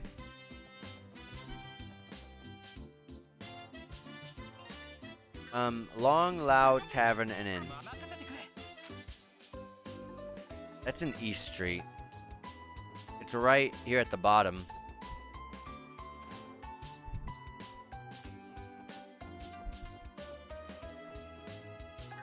Not this person. Wait, was it not this place? Wait! Look who's here. Oh, it's you guys. Hey, Walt. Do you come here often? Pretty much. Owner's some annoying old dude, but the grub's decent. And not to mention their waitress is pretty frickin' sexy, if you know what I'm saying. Oh, dude, I totally feel you. Seriously, guys? Your lack of integrity is concerning, Randy. You mean her? Oh, she's the one with the support request. Okay. Welcome to Long Lao. Shan, I presume. We're here to discuss your support request. Wow, you're here already? Oh, thank goodness. Ain't she a cutie? I think fishing for ingredients was the name of your request. Work's work, but is it me? Or does the SSS get saddled with a lot of fetch requests? You're not wrong, but it really is out of our control. I don't know what you guys are talking about, but I need this done as soon as possible. We had a customer suddenly come from this morning and make a reservation bigger than our stock.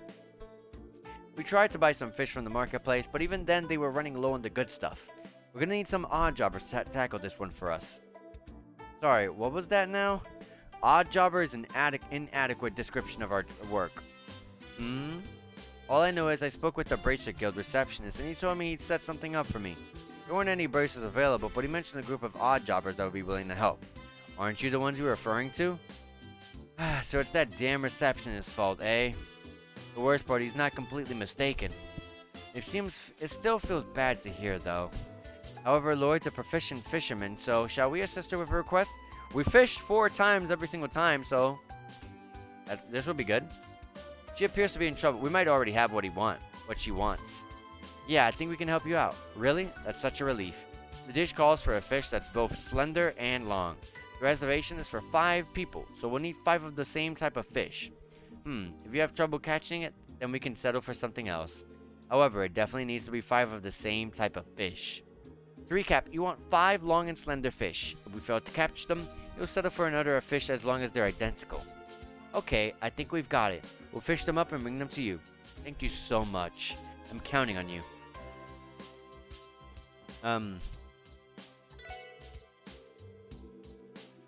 Yeah, I've never caught 5 of the same kind of fish.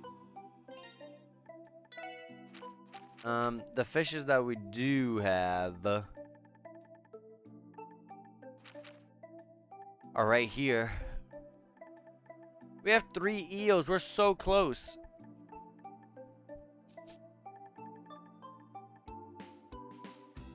I wish I knew where we got this stuff. But what I'm gonna quickly do is... This is the fishing inn, right? No. I'm gonna see if I can maybe get a new rod or something. Copon one invited you to our guild, eh? Nice to meet you, Lloyd. My name's Sheridan, and the Fisherman Guild's manager here in Crossbell. Oh, thanks. Wait, what? How the heck did you know that I joined when the heck did I join the Fisherman's Guild? I mean, sure, I did accept the fishing rod earlier. Don't sweat the details, kid. You're already our comrades in rods. I don't think I'm escaping this one. Still, it looks like they all share a love for fishing. I'm willing to bet certain could talk about it for hours on end. Okay, sorry, I needed water. Alright, have you heard about the rank certification exam, Lloyd?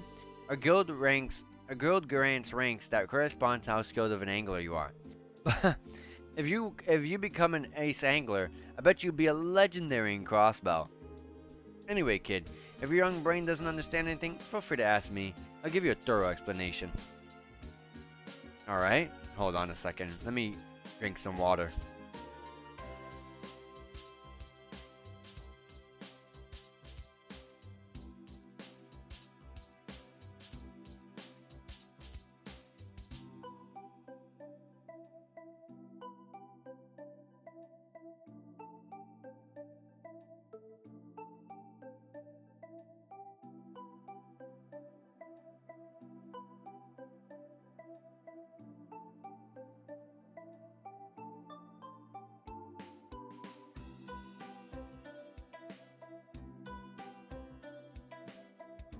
Alright. My voice was just, it sounded absolutely disgusting. So, I had to clear that up because it was feeling bad. Anyways. First, let me explain. The Fisherman Guild seeks to spread fishing enthusiasm and administers rank certification exams to increase one's fishing rank. With each promotion in rank you achieve, you'll be rewarded with different titles and prizes. You just joined the guild, so your current rank is Amateur Fisher, Lloyd. Your conditions for ranking up are to catch at least 4 unique kinds of fish. Oh, what's this now? You've already managed to catch 4 unique kinds of fish? Sure, just fork over that fishing notebook of yours for a second and I can check it out. Ask me to check your rank again anytime and I'll give you the much-deserved promotion. At least he doesn't take the fish, because we need 5 of a certain kind of fish. Alright.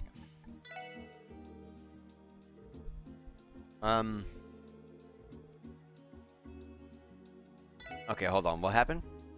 Ask me, I recommend casting your line over Ursula Road around this time of the year. One of our comrades in rods actually works at St. Ursula Medical College, too. He keeps telling me about how he ditches work to go up the road and catch some fish. There's someone who loves to fish that much at St. Ursula Medical College? Dude, you think it's him? Yeah, it's the one who gave us the rod. I thought we would be able to buy, like, dumplings and all that sort of stuff. Let's go to Central Square and see if we can buy fishing stuff, like bait, in here somewhere. Because I'm kind of low on them. I don't see anything here. We have a good amount of mirror. Can I buy any armor equipment? Ah, we already have the best. I'm not sure where you would buy bait and stuff.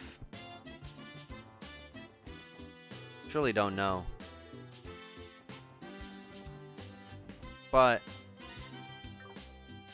go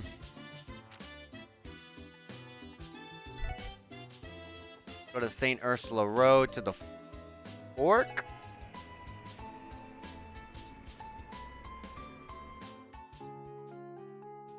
Yes, this is what I was looking for. There's a crap ton of enemies here.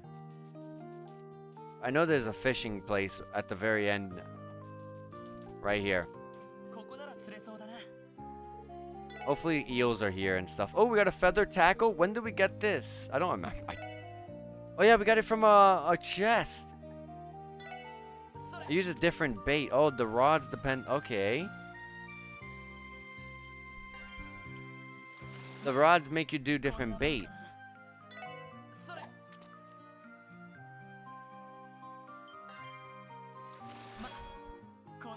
Red flies.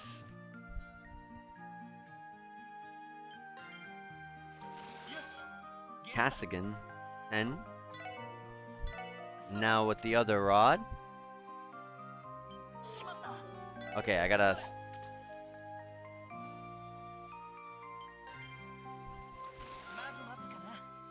A proxy puppet. Nice. We got 5 of that 5 of that fish. Dumplings don't work very well, huh?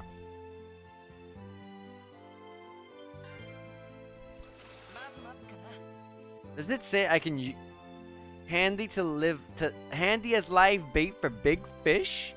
I can use the Kasagan I gained? How'd this turn out? We got a catfish with a steel wrist. Hold on, a little more.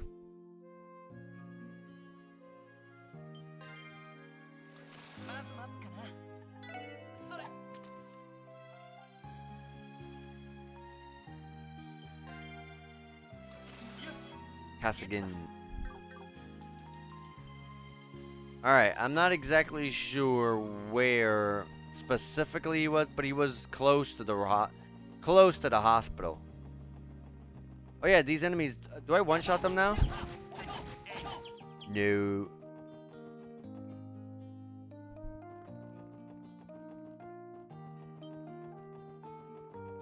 Wasn't he here? Hold on. Let me grab this. 10 water sepith. Oh yeah, we did get this weird accessory. Steel wrist. It prevents faint. Oh, never mind.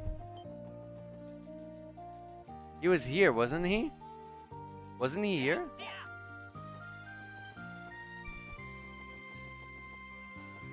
I thought he was. Wow.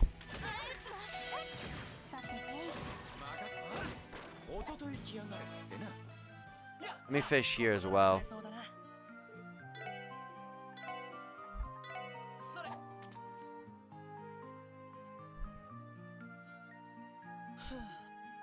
Road doesn't get anything here. I guess it doesn't work here at all.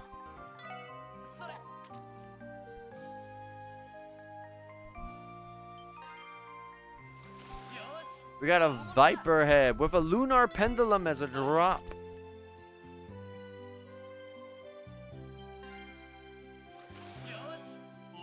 More gluttonous bass.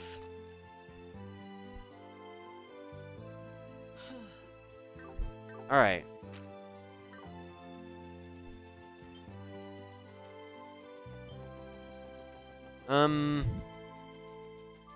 Let's head back to the restaurant.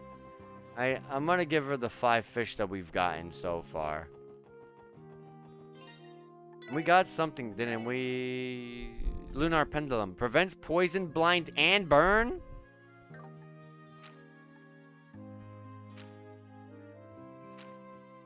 Take off the luminous glasses and put the lunar pendulum.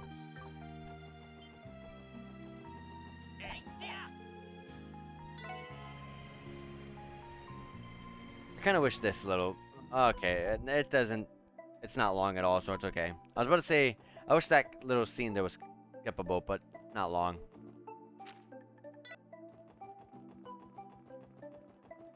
Alright.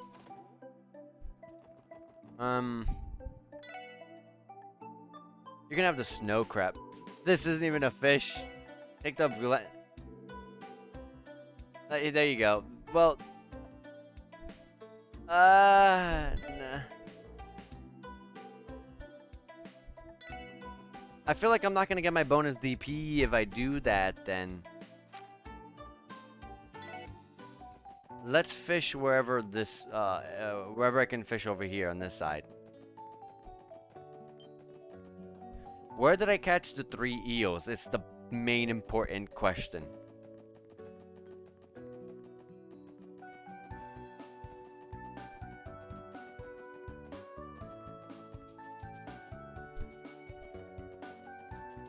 Nothing over there. Where did I catch the 3 eels?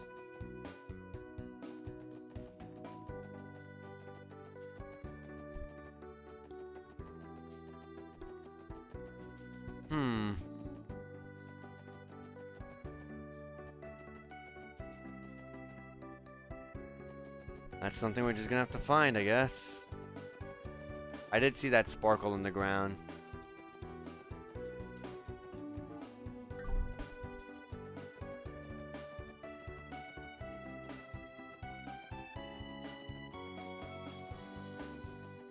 I was hoping that was a fishing spot.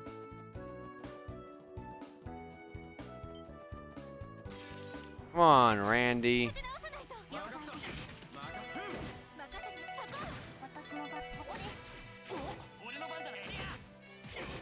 I don't really know where I got them. I'm Sepif. Oh my gosh, that almost touched Randy. We're gonna be inside. Oh, Lord. I don't know.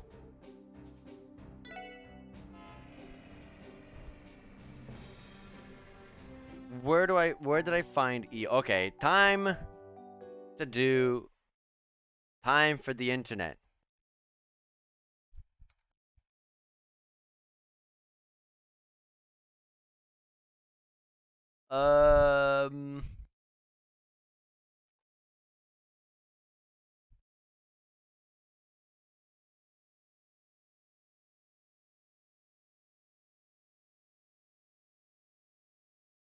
Let's see here.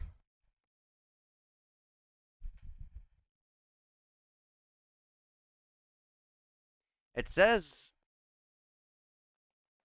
you can possibly find them. There's a couple places to find them. One of them is actually in Crossbow City itself, in the Harbor District, apparently.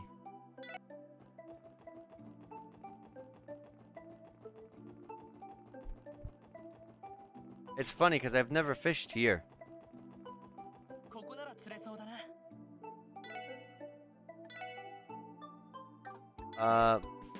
With the earthworms, you would catch them.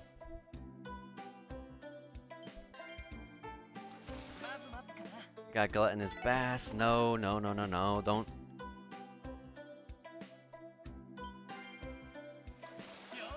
Oh no. Hold on, hold on. Let me save. It was gluttonous bass, right? I mean, earthworms. Yes, it is. Ah, Lord.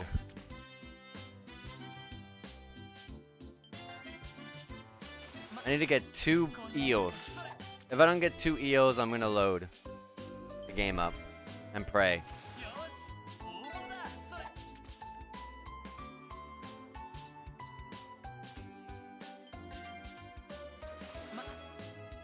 Yeah, I don't think this is gonna happen.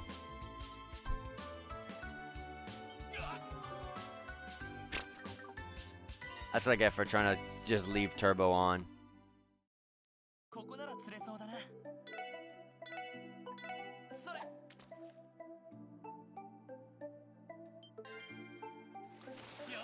An eel! Yes! We need one more!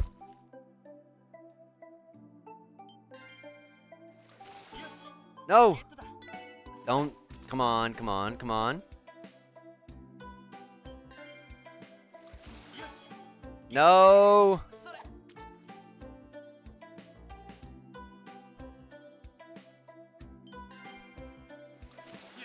Yes! We did it. Ah. Here we go. Chan. Eel. Oh, these are the long and slender ones we need. These will go great with a rice dish. Wow, you even brought me 5 of them. Is it really okay for me to have these? There you go. Thank you. Now we'll be able to make it through the day. You were able to bring our usual fish, so I'm sure our customers will be delighted. Here, I'd like to give you these as a thank you. 2 tira bombs. Actually, there's a recipe I want to give you. Are you interested? You have received a recipe for Fierce Tiger Chow Fan. And Fierce Tiger... Oh, yeah. And we learned it. This is a secret recipe to our delicious fried rice. We plan to make this alongside the fish tonight, so I hope you guys use it too. Sounds good to me. We'll gladly accept your offer then. Good luck with tonight. We're rooting for you. Yup, thanks for your help, odd jobbers. We weren't able to clear the misunderstanding by the looks of it. Quest complete. Alright, that's one down. We got the 3 DP with the bonus 5 DP and the promotion for getting 89 total DP. With Gladiator headband. The Gladiator. So in the Trails in the Sky game, the Gladiator accessories are insanely strong pieces to put on a really good and hard hitter on your team. And in this case, it'll be Randy. Especially with his Crimson Gale AoE. Insane. And of course, we got 1,500 Mira. Randy, I know exactly what to give you.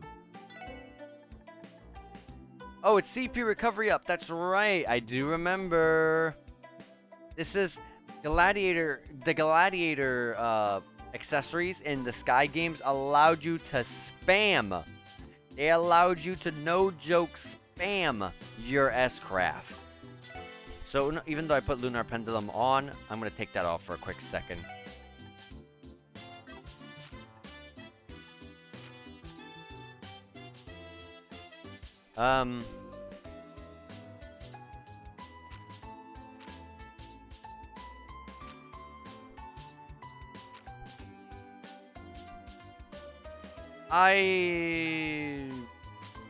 I think your range is fine.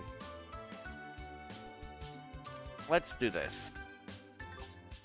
I think your range is fine. Alright, so where are we going next? Oh, we're going to Wazi. This seems like a quick one. It's just doing a training with them.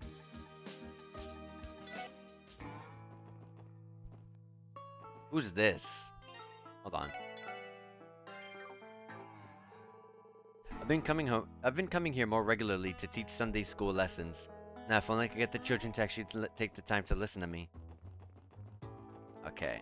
There's a chest really far over there in that rooftop. Oh, found it. Flower pumps. Maybe there's secret paths like that in the side streets too. No wonder no one trusts the police these days. They're out here stealing from us treasure chests. What do we get from it? Oh, flower pumps. I'm gonna give it to Ellie. Ooh, it actually it's terrible. This is actually really bad. This is actually something I should have gotten a while ago. If that's the case, let me go to the side streets. Were there no secret areas like that over here? Because I can't go up there.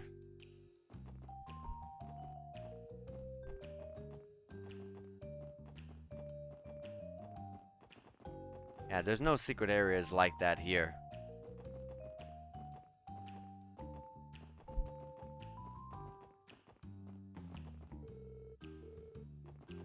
Yeah, there's definitely no areas like that.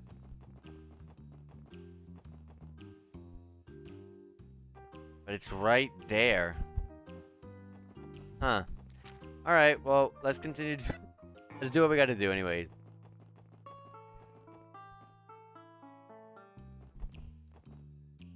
Who's this? Ashley? Oh crap, it's already morning, isn't it? Whoops, stay drinking the night away again. Is Jingo going to be fine opening the store on her own? I don't know who that is. But our requester was Abbas. Finally, you've come. You requested us, didn't you?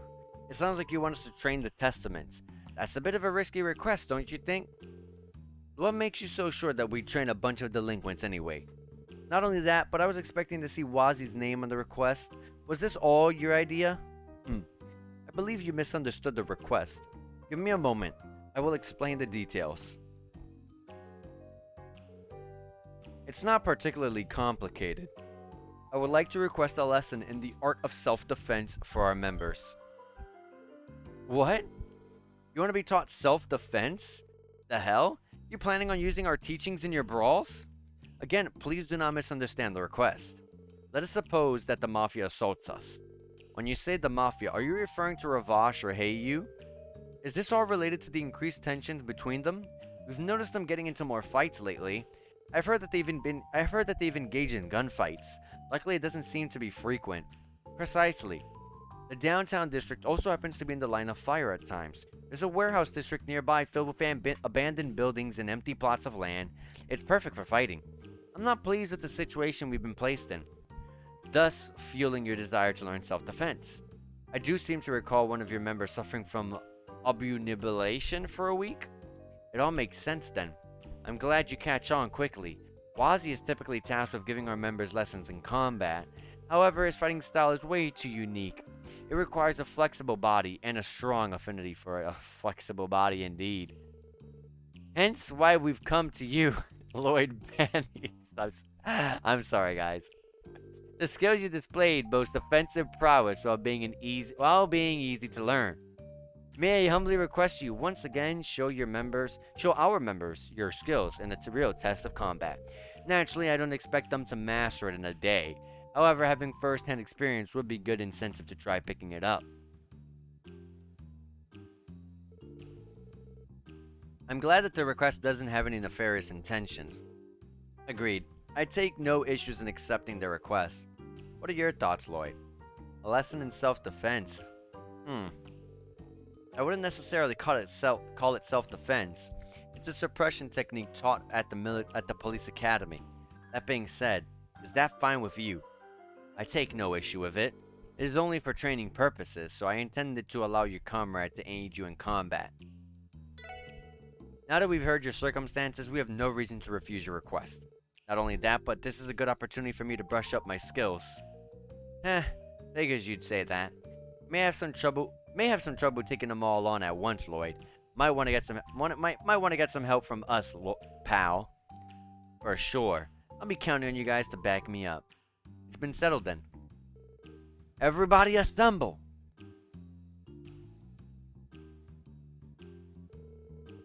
The Testaments will now engage in a series of practice fights with the SSS. Ja! Quest Testaments training has started.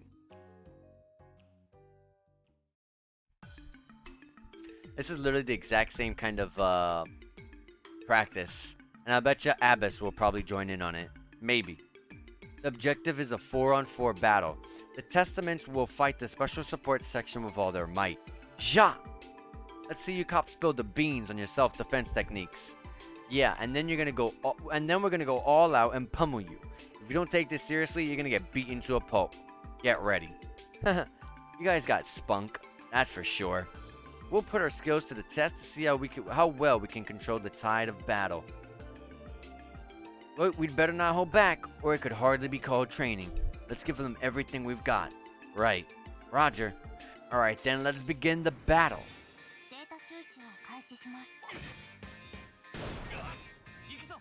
Alright. Let's start with an encourage.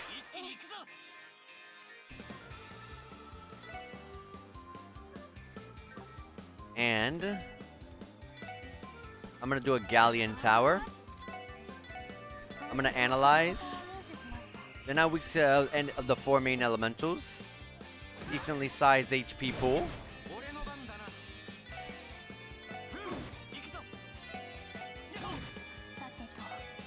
And we're gonna galleon tower over here.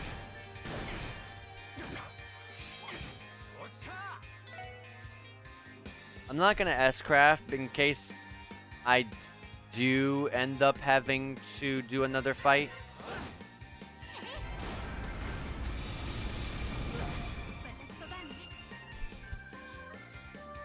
I will heal Lloyd. Where's Lloyd on here? Oh, right there.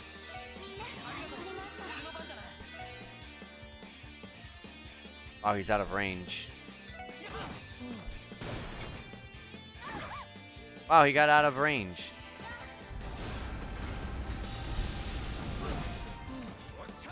That one's down for the count.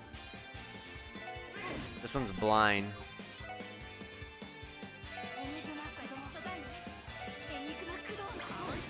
Nice.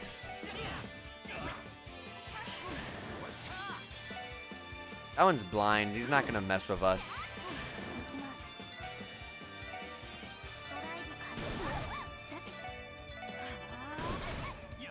Yep. Do your thing. Alright, now we'll finish that one off because Sobler's gonna finish it. There we go. We got that completed. Whew, I think this is enough. Is everyone okay? You got us good. Damn, you guys are as tough as nails. How come we couldn't take you down with a relentless assault like that? It's all thanks to the techniques we learned to suppress a target. It requires extensive training and can even prove effective on small groups. The detective not only has to protect himself, but also those around him. We undergo extensive training to stay calm, no matter the level of stress.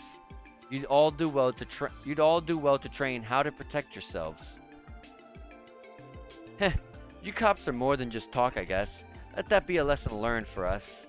We may have been defeated this time, but I feel like we can take them on next time.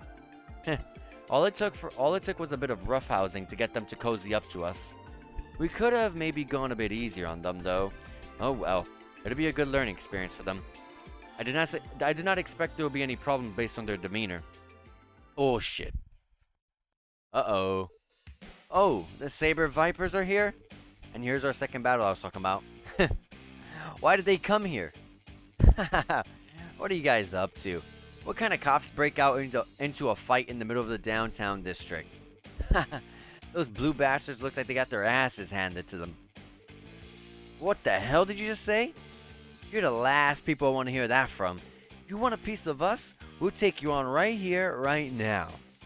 Chill out, guys. There's something I want to get straight with first. The hell is the meaning of all this? You called us out here for a fight, didn't you? You wanted to take us on in a 4-on-4 battle without our leaders participating. You've been acting all pretentious, and now you're fooling around with the cops? You've arrived at just the right time. Let us begin the duel between the SSS and the Saber Vipers. Huh? Wait, what? What the hell do you mean by that? Use this opportunity to learn some much-needed self-defense techniques. You will need training to protect yourselves against the Mafia. What better way is there than to fight? So, what you're saying is, the cops are out here to train us? Heh, get a load of this guy. He sounds insane. How are they gonna train us? Must be tripping. There's nothing a bunch of useless cops can teach us. Training from cops? Nice jokes. Let us show them that the Vipers can wipe the floor with some no-good cops. Let's kick their asses. I'm getting excited, and I'm gonna beat them to a pulp. I love how they pull out the I don't know what the heck this weapon's called, but the weapon with the nails to hit us with that, which would pretty much kill us. And then to kill us even further, they have knives. Hold on, this isn't what we had planned. Actually, forget it. They're not gonna listen to us. You sure fighting them back to back is a good idea? You got a plan? There's not much we can do other than fight. Ellie, Tio, are you gonna be fine? Yes, I'll manage. Seconded. We will go all out if we must. Let's give them everything we've got. We can't lose here. Our reputation is at stake. Take your places, Special Support Section and the Vipers. Let the battle commence. They go first. Nice counter. Encourage. In case your Crimson Gale doesn't wipe the floor with all of them.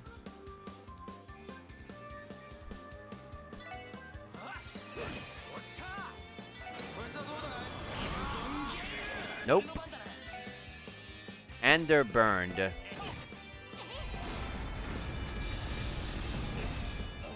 Dead. And dead.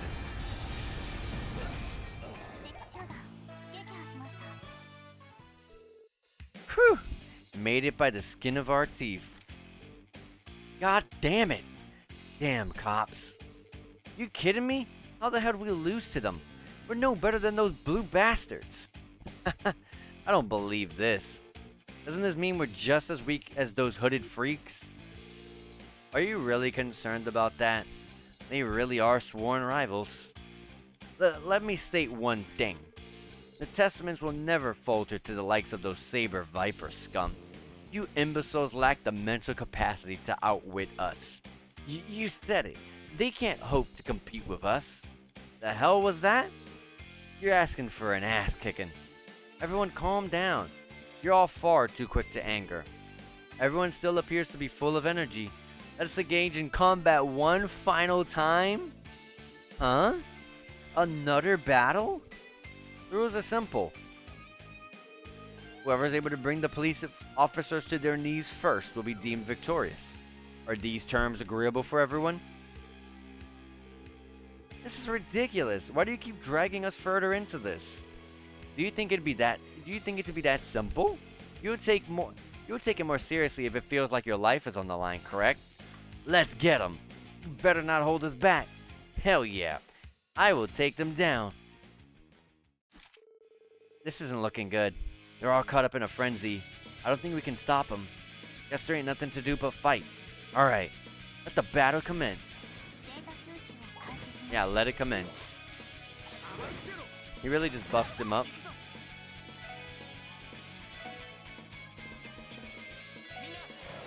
Can do that. I guess I should do this.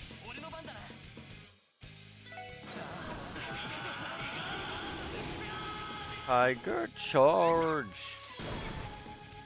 Gotta be careful for Ellie.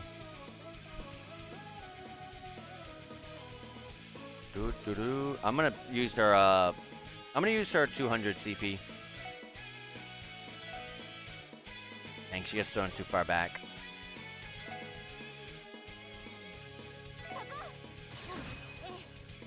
Dang, we can hit everyone with this. Aura Rain.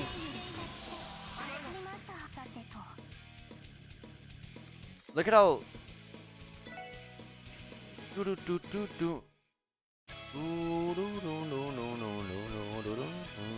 Let's aim it over here. Dang, trying to choose a square is actually hard on mouse. Because look at this lineup. Like right here. We're missing only one person in the lineup. Can I move it? No.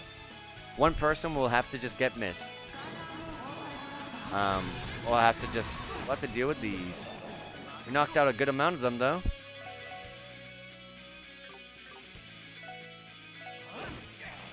Only 2 left. 1 left.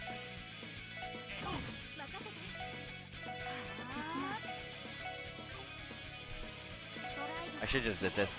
This is stronger.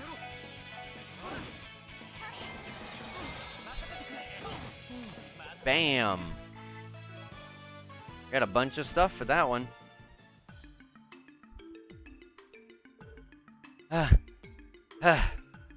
Made it out alive, eh? We are victorious. That was intense. I can't believe they took all of us on at the same time. Damn it! How'd they beat us? You understand now? Relying on brute force alone is not enough to carry you through a fight. You possess a strong offense, but your defense is far too lacking. To put in simpler terms, you are all inexperienced. What? Why does this dude lecturing us all of a sudden? I don't get it. You guys are plenty strong. I wouldn't mind teaching you the basics. Would you like to learn some of our defense tactics? Hell nah. I ain't getting taught by no stinking pigs. We're leaving, boys. Yeah. That big dude's always sound like he's full of it. I don't get him. Like I'd ever listen to him.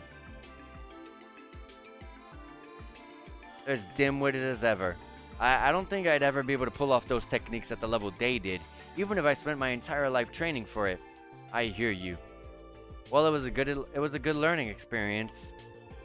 I'm glad that you all looked like you managed to enjoy yourselves. I hope it wasn't a waste of time. Agreed, that was exhausting. We'll be taking our leave. If you'll excuse us then. If you would like to take a rest, then why not come to our bar later? I hope that exercise served as an adequate training for you too. Huh?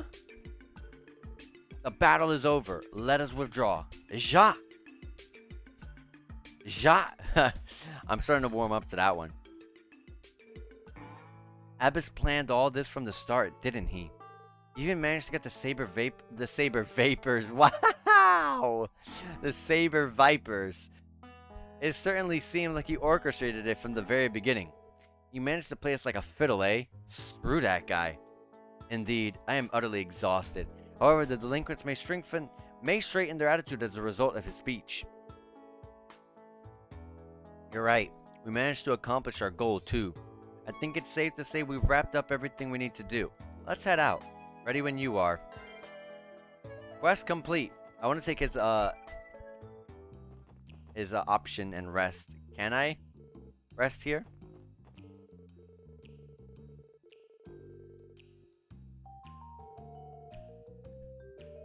Okay, I'll read this, sure, because it keeps going. Good work, you guys. Looks like you gave not only us, but the Vipers underlings some valuable training. No problem. You can never be too careful when you live down here. If you don't mind us asking, what kind of person is Abbas? I can't get a read on him. I get the feeling that he got some serious skills. Heh, I know where you're coming from. I'm pretty sure he's around the Middle Eastern part of Zamoria. Considering he idolizes an oddball like myself, I think it's pretty safe to say he's an eccentric guy. I can hear everything you are saying, Wazzy.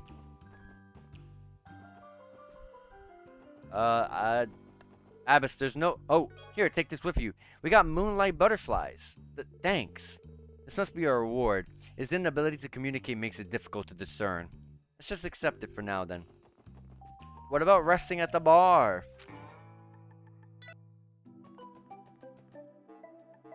Request report. 4 DP, 5 bonus DP, 9 total DP gained. Well, we've got a total of 98 DP, 1 more support request, and we will have past 100. The triple digits. And we got 2,000 Mira as a payment. Next one we're going to go to is go to St. Ursula's Medical Hospital.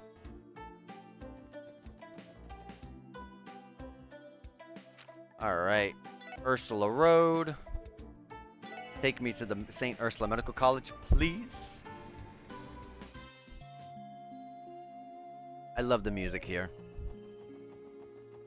Who is the one with the, request? Dr. Lago? First floor, okay, first floor. Internal medicine medical offices. This guy? Can I really trust them all to come this way for a request like that? Perhaps I should have just asked the Bracer Guild after all. Either way, I don't particularly want to empty my wallet for this. Hard to get a word in edgewise.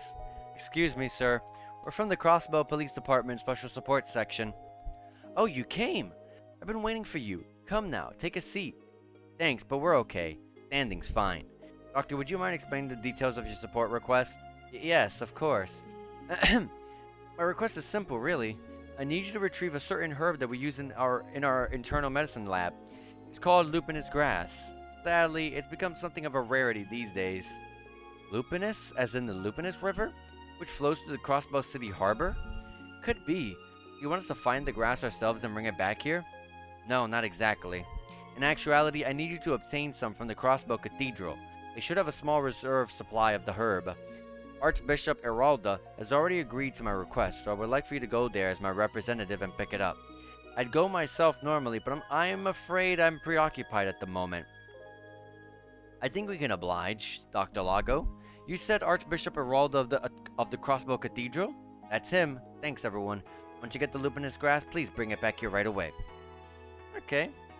Sounds easy enough, but I bet you when we get there, he's gonna ask us, oh, yeah, but you gotta kind of get it yourself because we used it up or something. I don't know. Back to Crossbow we go. We'll take the magic school bus over here. I don't know where your cathedral is. Where was the cathedral? What's on the left here? Definitely not that. Was it the Harbor District? News service.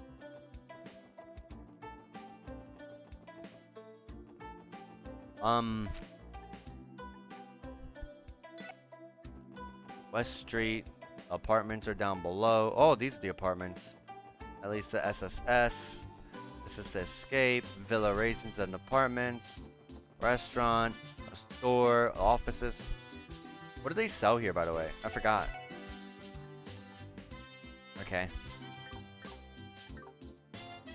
I can go up the stairs here? Oh. I thought it was going to take us to some secret area or something.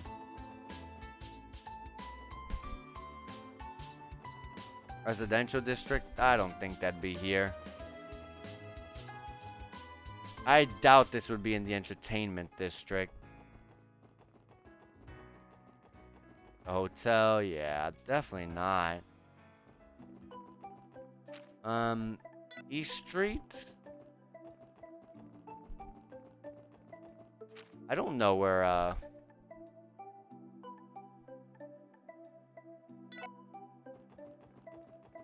don't remember seeing a cathedral anywhere.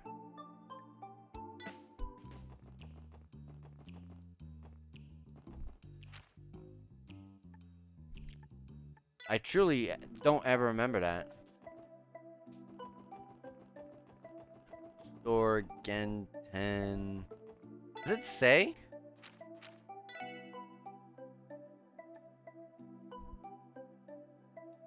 Crossbow Cathedral may have it.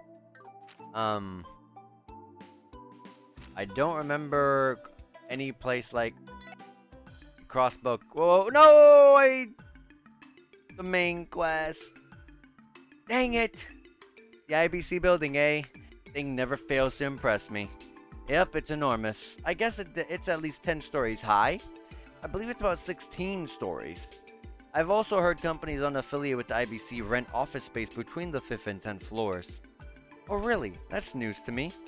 Indeed, they are a significant source of crossbow tax revenue. So what's the plan? We did show up without an appointment after all. Why don't we try speaking with the receptionist? She may be able to help us. Oh, Ellie? Ernest. Fancy meeting you here. I see you're with your colleagues. So I can only assume you're here for work? Yes, we are. There's something we'd like to look into. Are you here to see Dieter Croix, Ernest? Ah, yes. I went for a consultation regarding how to manage the office's operational funds. As you know, work will become much busier next month, so I'm trying to get a head start. I see. That makes sense. By the way, Ellie, have you given my offer some thought? Yes, I have. I apologize, but I'm not ready to resign from the force just yet. I still haven't truly accomplished my goal, and as long as that continues to be the case, I'm only half the woman I could be. As a matter of fact, I'm positive I've only be a burden to grandfather with the way I am now. Could you answer this at least? Is this the road you've taken the only way for you to achieve your goal? What if it's an illusion? All your efforts would go to waste. I don't deny the possibility. However, the knowledge I've gained these last 2 months have broadened my horizons more than I could have ever hoped. I feel myself growing as a person with each new obstacle we overcome. Had I followed your advice and immediately became one of Grandfather's secretaries, I would have missed out on all of these valuable experiences. I'll have to apologize to you once more. I'm going to continue to work at the SSS as hard as I can up until I've reached my full potential. Well, at least you're not as uncertain as you were before. Is that so? Very well then. I won't press you any further. How unfortunate. Just when I thought I'd gained the capable aid, you defied my expectations, Ellie. Ernest. I have one small request of you, though. I would like for you to attend the anniversary festival opening ceremony next month. As much as I'd love for your mother to come, we know that won't be happening. Your grandfather may become lonely if none of his family members attend. Understood. I'll make sure to be there. Well, Ernest, thank you for everything you've done. Well, I was your teacher at one point, remember? This is trivial compared to that. Oh, would you look at the time? I didn't mean to take you all away from your duties. If you'll excuse me, everyone. Also, I'll be leaving Ellie in your care. Right.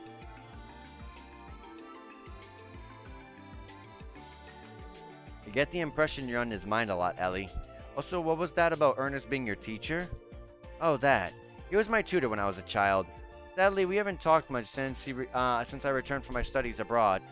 I assume he wishes to become a member of the Diet, yes? Correct. I think he plans to announce his candidacy for next year's diet election.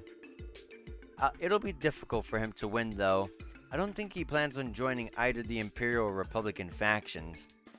So he's an aspiring politician, eh? So I gotta say, he's pretty built for a secretary. He practices some kind of martial arts?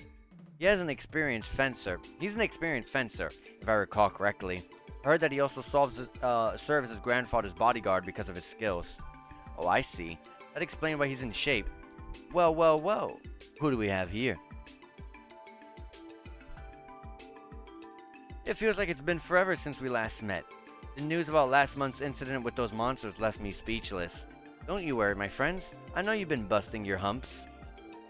Grace, please. Now that you mention it, you didn't write that article, did you, Grace? Correct. Alas, I was away from Crossbow covering a different event that needed the Grace touch. To be honest, I was hoping I could read the SSS Soul Reporter. I like writing articles about you guys. Our hypothesis was correct then. Was accurate then. Well, getting dunked on all the time by your articles can wear you down, you know. It's like you can't understand the immense love I harbor for the SSS. I'm like a mama bird watching her chicks grow up. Well, putting that aside for a sec, you do have business here, right? I detect hints of another sensational investigation blossoming? No, not at all. It's just your imagination. We're just here to ask a few questions, that's all.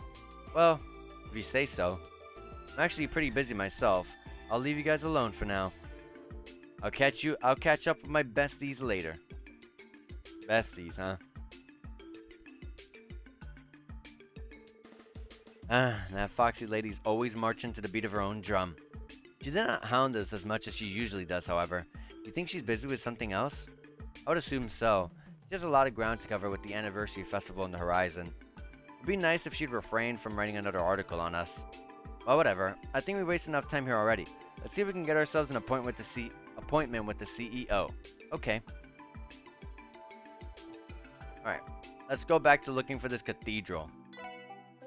That didn't fail them, right? No. That didn't pass any time at all, thank goodness.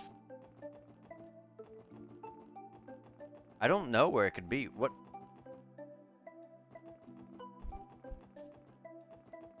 I don't remember any cathedral at all.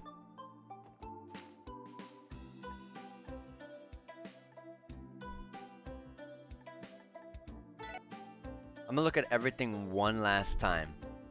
Genten. Store. Place to eat, which I've never checked the menu of. Okay.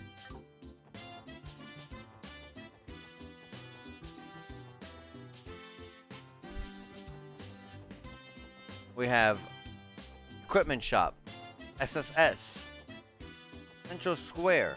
Central Square is where we are, duh. And at the bottom is the station. On West Street, we have all of this stuff again. We have the apartments, Morgus, Villa Raisins, or office. Vacancy apartment. Racer Guild. Fishing place. And I forgot what this is. A regular house. And then the store for the restaurant. Library. City Hall. The police department store. News service. Hey you. That's not enterable.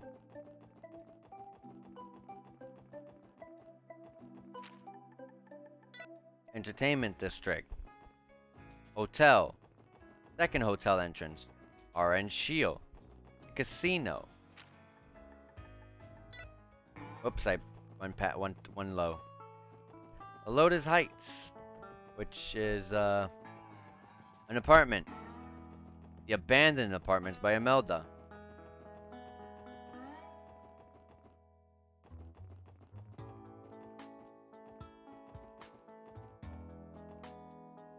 This factory, which, I don't know what this does. What can I do for you? Are you folks here? If my eyes aren't deceiving me, you're those cops that were recently featured in the Crossbow Times. Well, whatever. As long as I'm making a buck, I don't care. If you need me to spruce up your gear, let me know. I mainly dabble in orbment repairs, but I can perk your weapons up if you need it. Just ask me to enhance your... You can enhance weapons in this game? I guess it's a good thing we're lost. Yup, reinforcing weapons is child's play if I have the right materials on hand. It may not look the part anymore, but I was actually a specialist of the Epstein's Foundation Materials Engineering Division back in my prime. That's a big name, Epstein Foundation's Materials Engineering Division. Just know that your gear's in good hands. You once worked at the Foundation? I'm impressed. That would explain your proficiency in modifications. Sweet. Sounds like we got ourselves a nice hookup with some decked out weapons we can't find elsewhere. If we run across any materials, this old dude could use them to bring them over and get us some shiny equipment. You mean the U materials? By talking to Guillaume and selecting customize, a list of possible upgrades will be displayed. If you have the necessary materials, you can create it. Weapons and armor made by customizing are stronger, cannot be bought at weapon shops, and special effects may be added.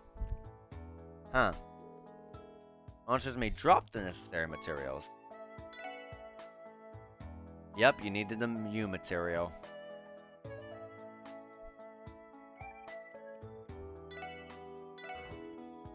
Well, I don't have those things at the top.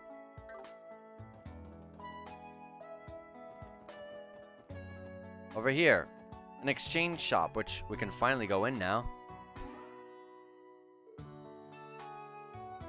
Oh, customers! Mama, we have new customers. Can I sell them weapons? Oh, sorry about that. Mama's not here right now. Oh, whatever. Here to buy something?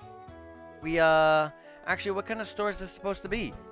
Oh, we sell smuggled goods. We got everything you'd ever need in here. Ignoring the fact that we've only got meds and quartz available right now.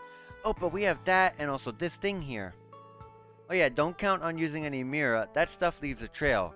Pay with goods only. This continues to sound more suspicious by the minute. So what the little miss is trying to say is that this is some kind of exchange shop, yeah? Speak to Jingo and choose exchange for a catalog of tradable goods. If you have the necessary items, then you can perform an exchange. Equipment and quartz can be found at this shop are rare and cannot be found by any other means. Be aware that since items are used instead of mirror, you should think carefully about the trades you choose to perform.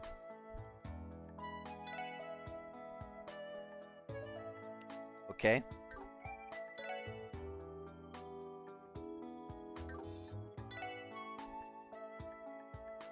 Oh, you got the level 2s. You need a good amount of them, though. I'm okay. Customers, please hold on a minute. That leads to a basement storeroom, and you're definitely not allowed in there. So keep your asses right up here if you want to buy something. Yeah, and then there's Trinity right there, which is not a freaking church.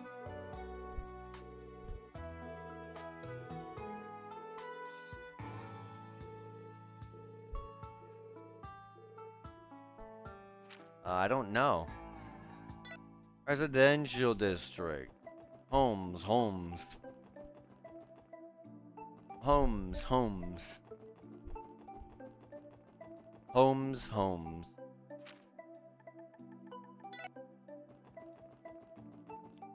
The station. Imelda store. Ravage. Garante. IBC is only the bank. There's the airport over there.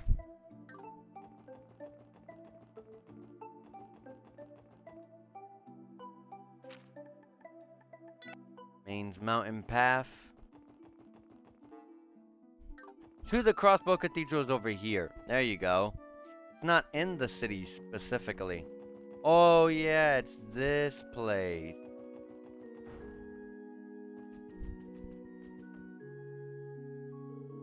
Thank you for coming to the Crossbow Cathedral.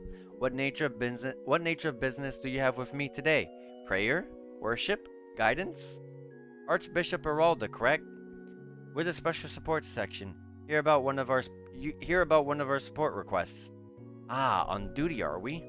Yes, sir. The request is from the doctor in charge of the internal medicine department at St. Ursula Hospital, Dr. Lago. He contacted you about getting a sample of lupinous grass, didn't he? Considering how busy he is at St. Ursula, he asked us to retrieve the herbs instead, Archbishop. Wait a moment. Dr. Lago, you said? I indeed received a letter from him just the other day, but this is the first I've heard of such a request. Huh? How does that make sense? Oh, the explanation is quite simple. I've made it my prerogative to ignore every letter sent by this doctor of yours. What? What could he have possibly done to deserve that? That's no business of yours. Besides, I already swore upon the goddess to uphold this solemn vow. The hell is this guy's deal? These two have a troublesome relationship. That may be, but that puts us in a tight spot, doesn't it? Still, we accepted the doctor's request. It's our duty to follow through no matter how difficult the Archbishop may be. Excuse me, Archbishop Arelda. Yes? We were informed by Dr. Lago that he intends to use all the herbs for internal medicine research. Considering how renowned St. Ursula is as a medical institution, I'm sure those herbs will go a long way in helping future patients. We don't intend to ask any personal questions about you and the doctor's relationship. However, despite your differences, is it not at all possible for you to let us have some of the lupinous grass? It seems as though you four have misunderstood me. When did I say I wouldn't hand over the herbs? Come again? You will find my office on the left-hand side of the sanctuary. If you tell Father Renton that you have my permission, he would supply you with a sufficient quantity of the grass. Now I'd say this conversation is well over. Get on, get going. Thank you, sir. So, that happened. Guess we were able to persuade the old fart after all. Did we even persuade him in the first place? He played it off as if he was going to give it to us anyway. I'm still confused about the whole ordeal. Would it not be wise to pick up the lupinous grass before he changes his mind? He definitely should. He said it was the office on the left, right? Let's hurry over there. I mean, it could be this or... yeah. Excuse me, do you have some business here? This is the Archbishop's office. You can't simply barge in unannounced. Oh, sorry about that. We're the special support section of the CPD, you see. Lloyd carefully explained the SSS had Archbishop Aralda's permission to pick up some lupinous grass. Ah, why didn't you say so? You said you already got the Archbishop's approval? Wait just a minute then.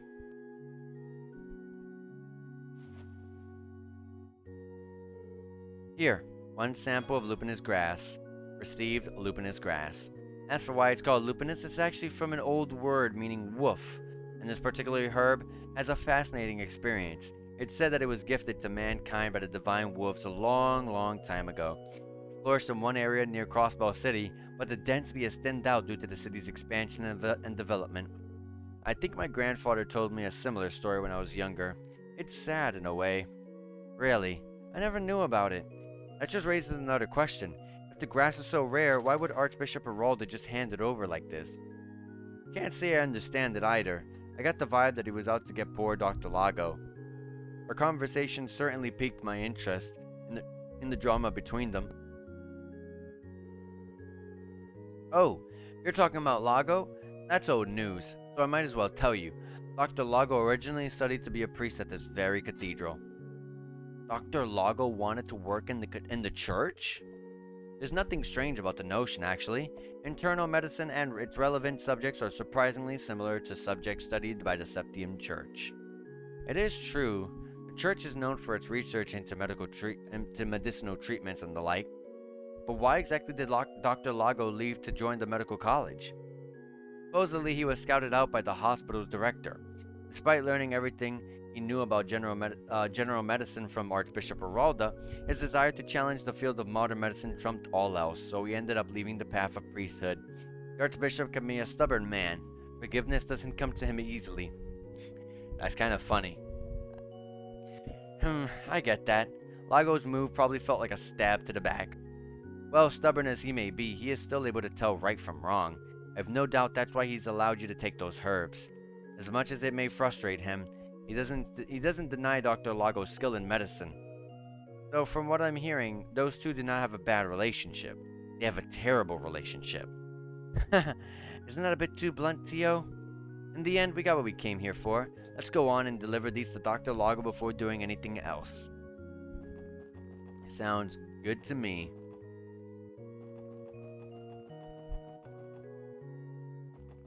Alright. Ursula Road. Bus. Take us.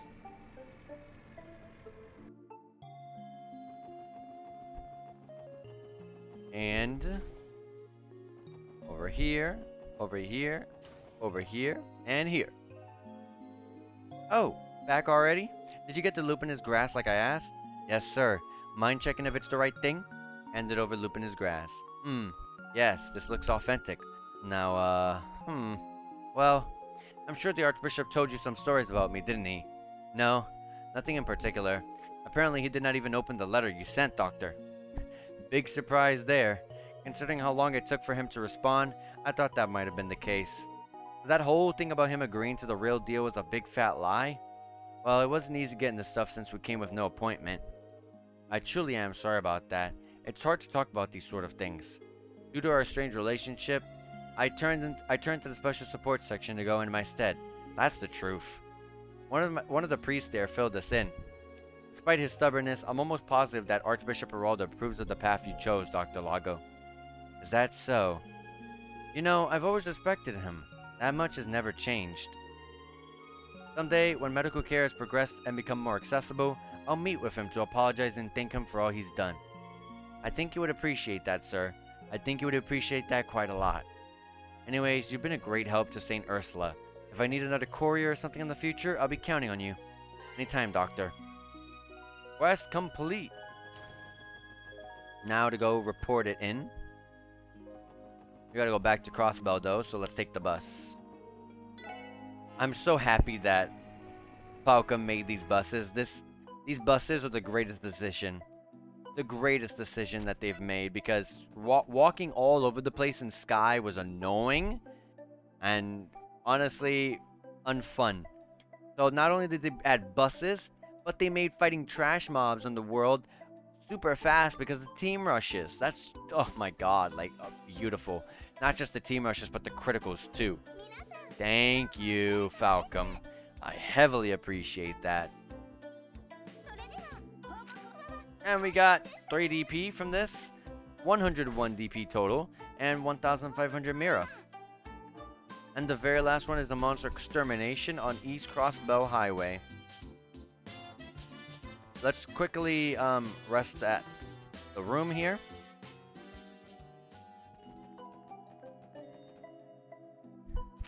East Crossbell Highway. Okay. And I haven't saved in a while, so let me do that. Alright. So, there's a monster somewhere around here.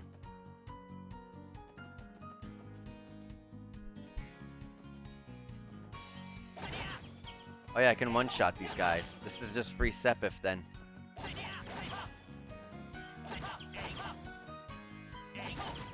It's all free Sepif. Why not?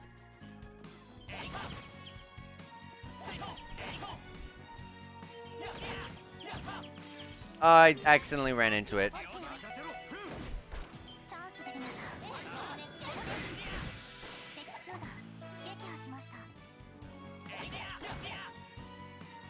Alright.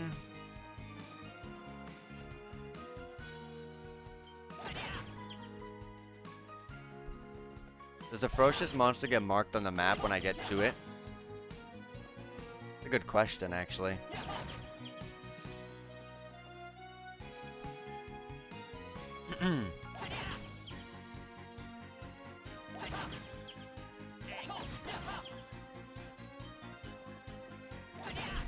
I love how the enemies don't despawn.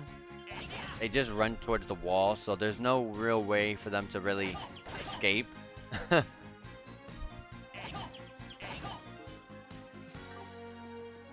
Oh gosh, is it towards... Which fork on the road is it at?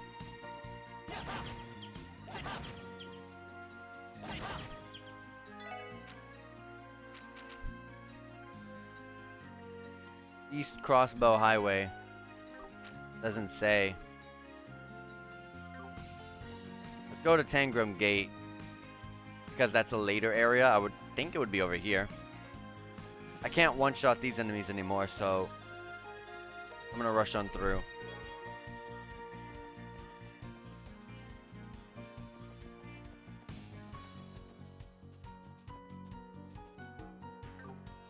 Oh yeah, that awful place with the camera. There it is. Yeah, it does appear on the map. Okay. We don't even have our 200 S-crafts. Our 200, our 100, our S-crafts at all. Encourage. That's a lot of damage.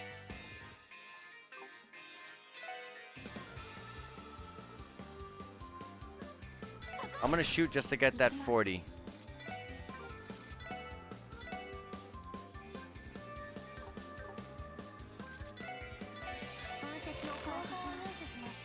A little bit weak, slightly weak to fire. Which I don't have, so I'm gonna use this.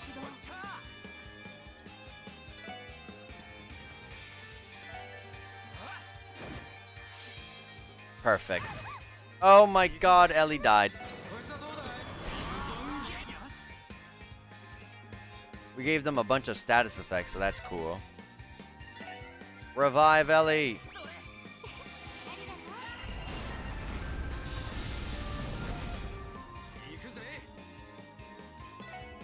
I can't delay them.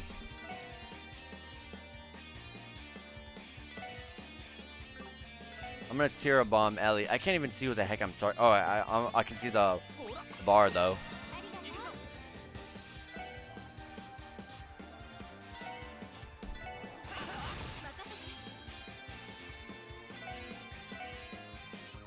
Gonna be too slow.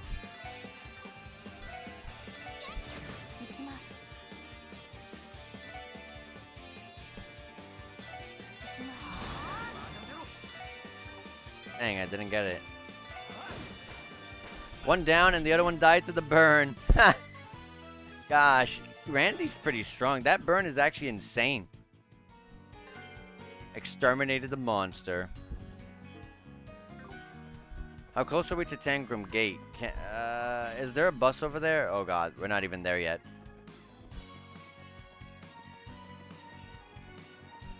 Alright. I don't think the buses could go over here. Because there's a fork on the road? I mean, I think so, actually.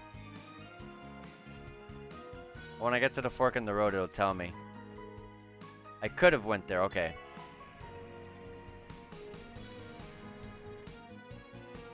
Alright. Time to go report.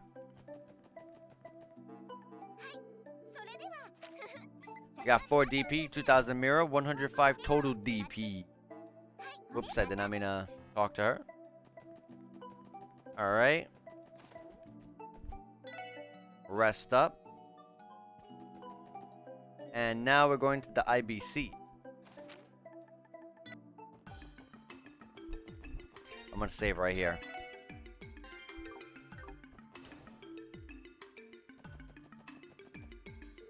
Hello and welcome to the International Bank of Crossbow. It's good to see you again, Miss McDowell. I see you brought your SSS companions too. Thank you for helping us test our new service. It couldn't have reached its current popularity without your efforts. Really? That's good to hear. I'm glad we were able to assist you. Likewise, we'll be sure to rely on your help when the time comes. Anyway, how may I help you today? Well, actually, there's something I'd like to ask you, Lanfei. Would it be possible to see Mr. Croy? Oh, you're not here from Miss Croy? Indeed. I must apologize for a lack of an appointment, however. But even so, I'd like to still meet with him. Or is he too busy? No, he should be in his office right about now. Will your companions be joining you for the meeting? They will be. We'd like to ask him a few questions regarding a certain incident. Oh, really? Understood. Please wait a while I notify him of your arrival. Leave it up to Mademoiselle Ellie to crash the CEO's party like it's nothing. Seriously. It's like she's from a totally different world. Yes, okay. Understood. I'll send them in. Mr. Croy will meet with you now, Ms. McDowell. I'll issue a key card for the elevator. His office is on the top floor. Excellent. Thank you, Lanfei. You have received the IBC ID card. Shall we board the elevator then? Sounds like a plan. I have to say, you really pulled through back there, Ellie. Well, let's head on up and have a nice little chat with Mr. CEO himself. What floor is it on? Oh, the top floor. Yeah, I would expect that. The CEO is on the top floor, right? What's the purpose of this card we were given, though? That's just an identification card. Because of all the different businesses that operate out of this building, the IBC issues cards to access appropriate floors. It's basically a beefed up security system then. I kind of feel like they're using all the latest gadgets just because they can. Well, the IBC once led the Crossbow City portion of the Orbital Network project. The scope of the project grew to its current size once the Crossbowland government joined. I have heard speculation that the IBC provides approximately 60% of the funding. I've heard the same as well. I believe the government provides 30% while the Epstein provides the final 10%. Incredible. I didn't know they were shouldering more than half the cost. So you're telling me Crossbow's most generous man is waiting for us up top, eh? Yes. Now give me the card, please. I'll take us to where we need to go. Ellie inserts the ID card into the slot. 16th floor. Wow.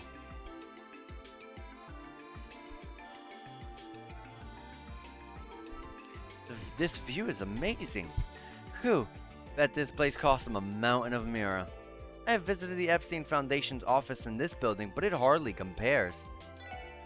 Yeah. The view from this floor is exceptional. I absolutely agree. The CEO's office is at the end of the hallway. I think it'd be rude for us to keep him waiting after he agreed to meet on such short notice. Good call. What's over here? This is Belle's room, isn't it? What's wrong, Ellie? Oh, it's nothing. Uncle's office is just on this hallway, Lloyd. Lloyd. We should go. Okay. Belle's room, huh?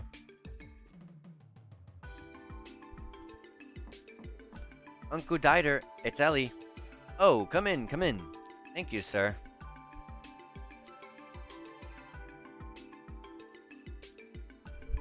Ellie, it's been far too long. Close to half a year, if I remember correctly. That sounds about right. More importantly, I'm glad to see you're doing well, Uncle Dieter. My apologies for not having scheduled a proper meeting, a proper appointment with you. Don't talk as though we're strangers. Please, relax. You're my little girl's best friend, and the daughter of my own good friend as well. Surely you haven't forgotten. You're nothing short of family at this point. Thank you, Uncle. Think nothing of it. Now, I've heard from my dear beloved daughter that you've joined the CPD. Would these be your fellow officers then? They are indeed. We're all a part of the Special Support Section. Nice to meet you, sir. My name is Lloyd Bannings, and I'm Randy Orlando. Tio Plato, how do you do? It's nice to finally meet the three of you. I've read all about you in the Crossbow Times. I am Dieter Croy, CEO of the International Bank of Crossbow. Lloyd, Randy, and Tio, you said? We're all friends here, so I would appreciate it if you were at ease around me. Okay. Were his teeth gleaming just now? This old dude's a breath of fresh air, eh? Anyway, shall we get down to business? I believe you're here to ask me a few questions. May I ask what they concern? Right, the thing is, we're trying to uncover the truth behind our current investigation, and as of now...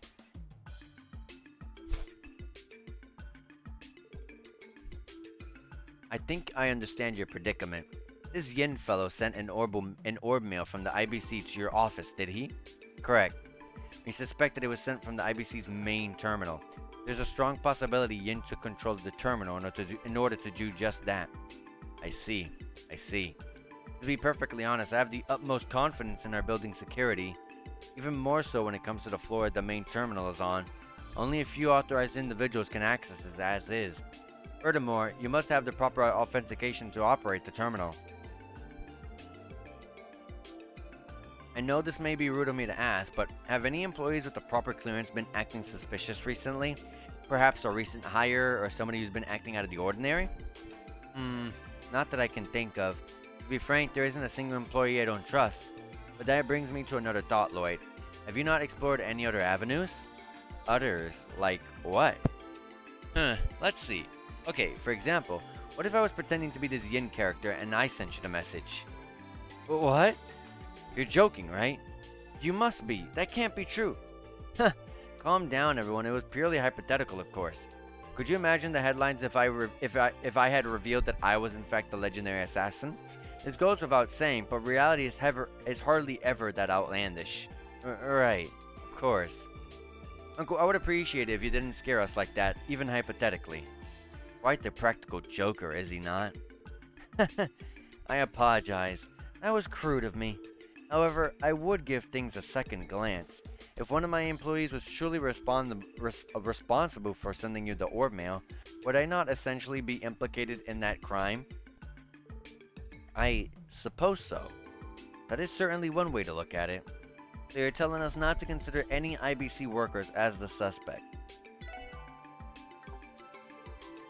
Hey, Tio, that transmission between the IBC and the SSS terminals, would it be possible to mask the location it was sent from?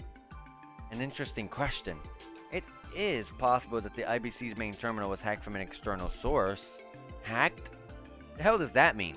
I don't fully understand it myself. But I believe it's a technique used for the unauthorized operation of a terminal, primarily by breaching one security system.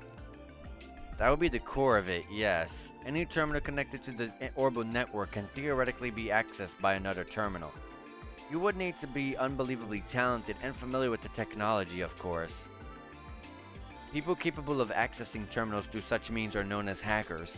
The orbital network is still in its testing phase, so there are a limited number of places that could have access to terminals. But despite these limitations, we have already begun to encounter security issues. Interesting. So you're telling me, not only does this again guy have some crazy assassin, but he's also an orbital whiz? I don't think we should jump to conclusions, though we should consider the possibility that the orb mail was sent from somewhere else. Well, I truly hope the situation is resolved without having to doubt my local employees. More importantly, it poses a serious problem if the main terminal has been hacked. I have an idea. I would like you to enter the terminal room and investigate it for yourself. Seriously? Are you sure that's okay? Of course. You may be able to find evidence of hacking if you examine the terminal itself. I'll have the staff down there to assist you in case you have any questions. That would be incredibly helpful, sir. Thank you, Uncle. We really appreciate it. My pleasure. This is an issue that I, too, should find an answer to, no? And I must say, Ellie, I get the impression you've been living quite the fulfilling life these days. Or am I mistaken? Pardon? I had my reservations when I first heard that you decided to join the CPD. However, I now understand just how valuable your experiences have been for you. Please allow me to aid you in any way I can. Uncle Dieter. It's reassuring to hear that from you. I'm glad. Oh, one more thing.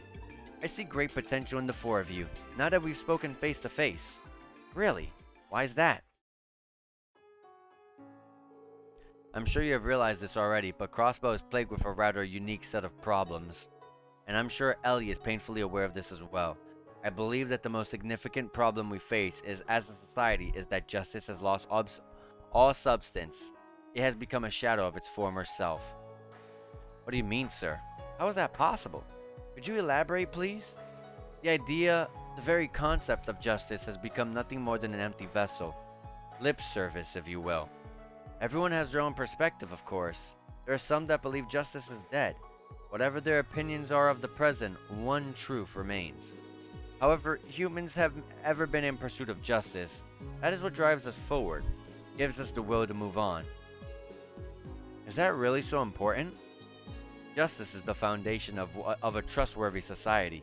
If criminals were not bound by that justice we call law, people would isolate themselves in the safety of their own homes, never to venture out into what is a dangerous world.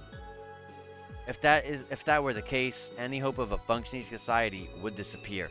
While justice has become somewhat ambiguous in Crossbell, we still manage to live our lives. Maybe so.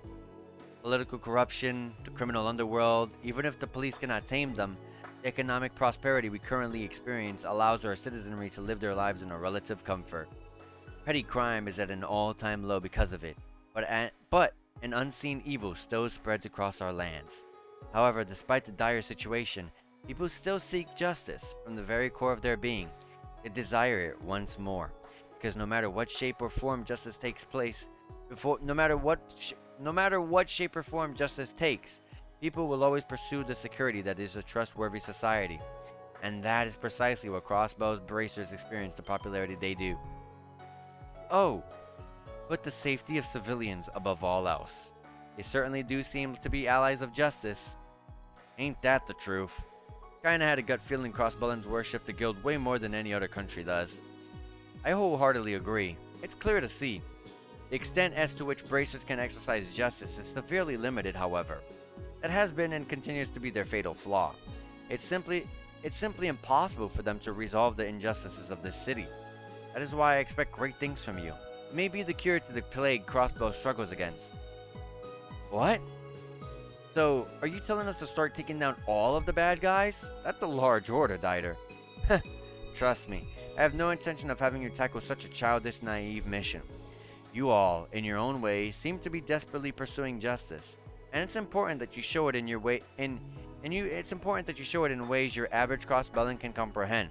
That way, they can see that justice is not out of reach. I see.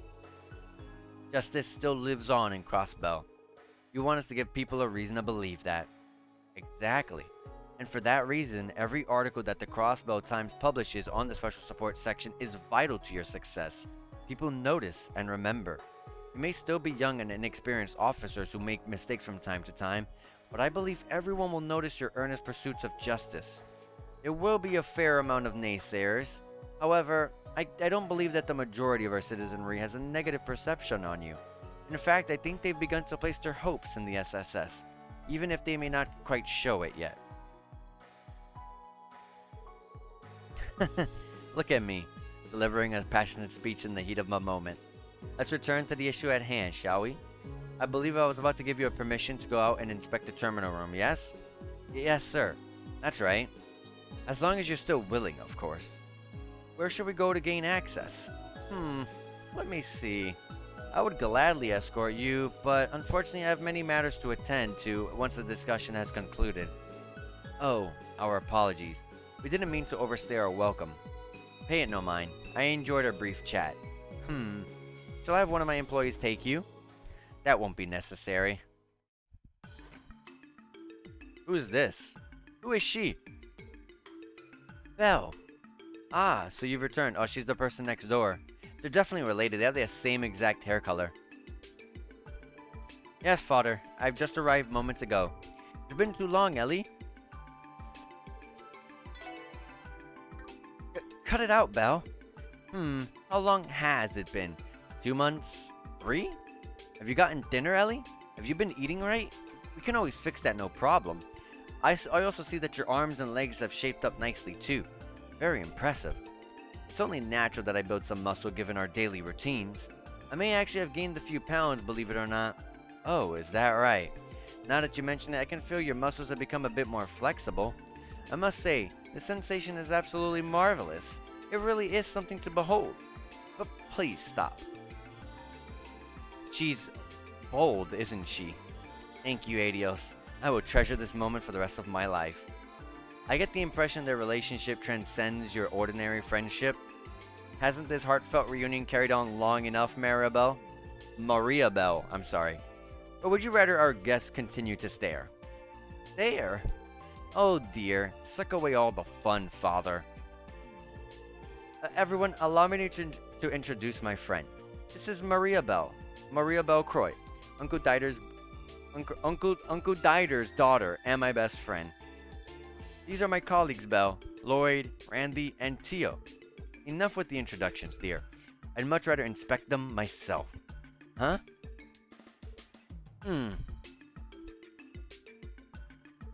I see. What? Can I help you? You pass, dear. You're as cute as a button. And both of you fail miserably. The hell?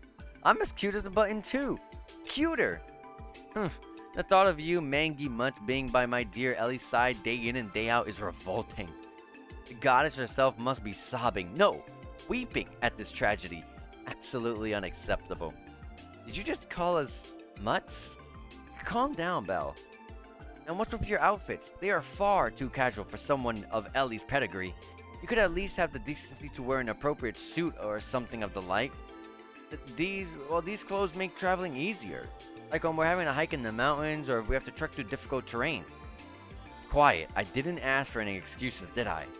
You see, Ellie, this is exactly why I didn't want you to work for the CPD. Why couldn't you have worked for me instead? It would have been a much more worthwhile use of your time and talent. That's enough, Belle. What a vivacious group of youngsters you are. You're all around the same age, so you should focus on becoming friendlier. Go out and do something fun together sometime. Now, if you'll excuse me, it's time for me to stop putting off my next appointment. Could you show our guests to the terminal room later, Belle? The terminal room? Why would I do that? You can ask them for the finer details. Farewell, everyone. It was a pleasure. Oh, a tactical retreat if I have ever seen one. Ugh, not oaf. Then could you please lead us to? I wasn't finished talking down to you yet. You there with the fiery red hair and gaudy outfit. Do you honestly think that is acceptable? A built physique like yours demands to be shown off in a suit like a real man. Who? Me? Sorry to disappoint, but that ain't gonna happen. I'm a bona fide Casanova. I don't need no suits. Don't get me wrong, though. I would never try to seduce Mademoiselle Ellie, especially during a romantic moonlit night. You know, like my main man Lloyd here. Excuse me? Randy, why? Would you please stop retelling the story in an intentionally misleading way? I failed to see what exactly he said was misleading. Besides, your mood was improved dramatically since last night's fateful rendezvous under the stars. Theo, please. Oh, come on, you're making it worse on purpose, Theo. Don't say you aren't... Lloyd, wasn't it? Care to elaborate on your friend's little story? Because there's something I'd like to know. What vile, lecherous things have you done to my sweet, innocent Ellie? I haven't done anything to her. Why would I? Ellie, would you please back me up here?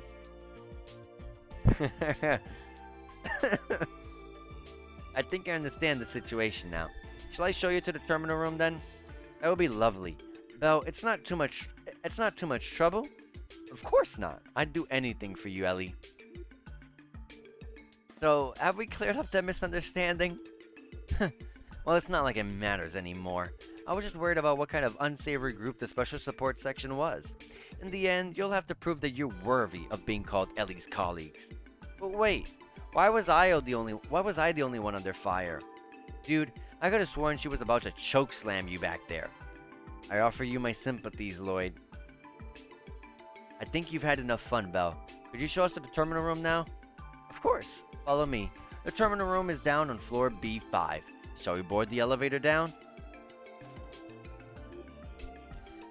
She's a real piece of work. I promise she's not a bad person. It's just, I sometimes can't be sure if she's being overbearing or overly enthusiastic. Or both. No biggie. She and her old man sure make one hell of a team, don't they? That is unsurprising for the two heads of the famous International Bank of Crossbow. Can I go in her office now? No.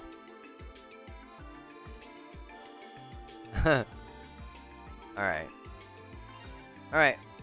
So, guys, I am going to save the game right here.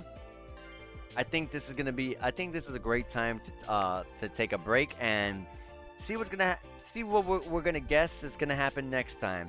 We're going to be going next time to the terminal room and seeing, did the terminal room get hacked? And if it did, where from? If you guys remember from the very beginning of last stream, at the very beginning of this chapter 2, we did find out that there was a kid who is a hacker, and he did receive a request that he found interesting, but we didn't know exactly what it was, and also who he is or where he is. So it's interesting. Anyways, I'm banking all my money on that. Anyways, guys, I'm gonna double save. I hope you guys enjoyed this as much as I have, and if you guys did, you guys can follow me here on on Twitch. You can follow me on my other socials as well, like Twitter, and subscribe to my YouTube. Because my YouTube is where I upload every single one of my VODs from my streams. So if you miss anything, you can watch it on YouTube or any other playthroughs I've done. And anyways, guys, take care, enjoy yourselves, and I hope you guys have a good one. See ya!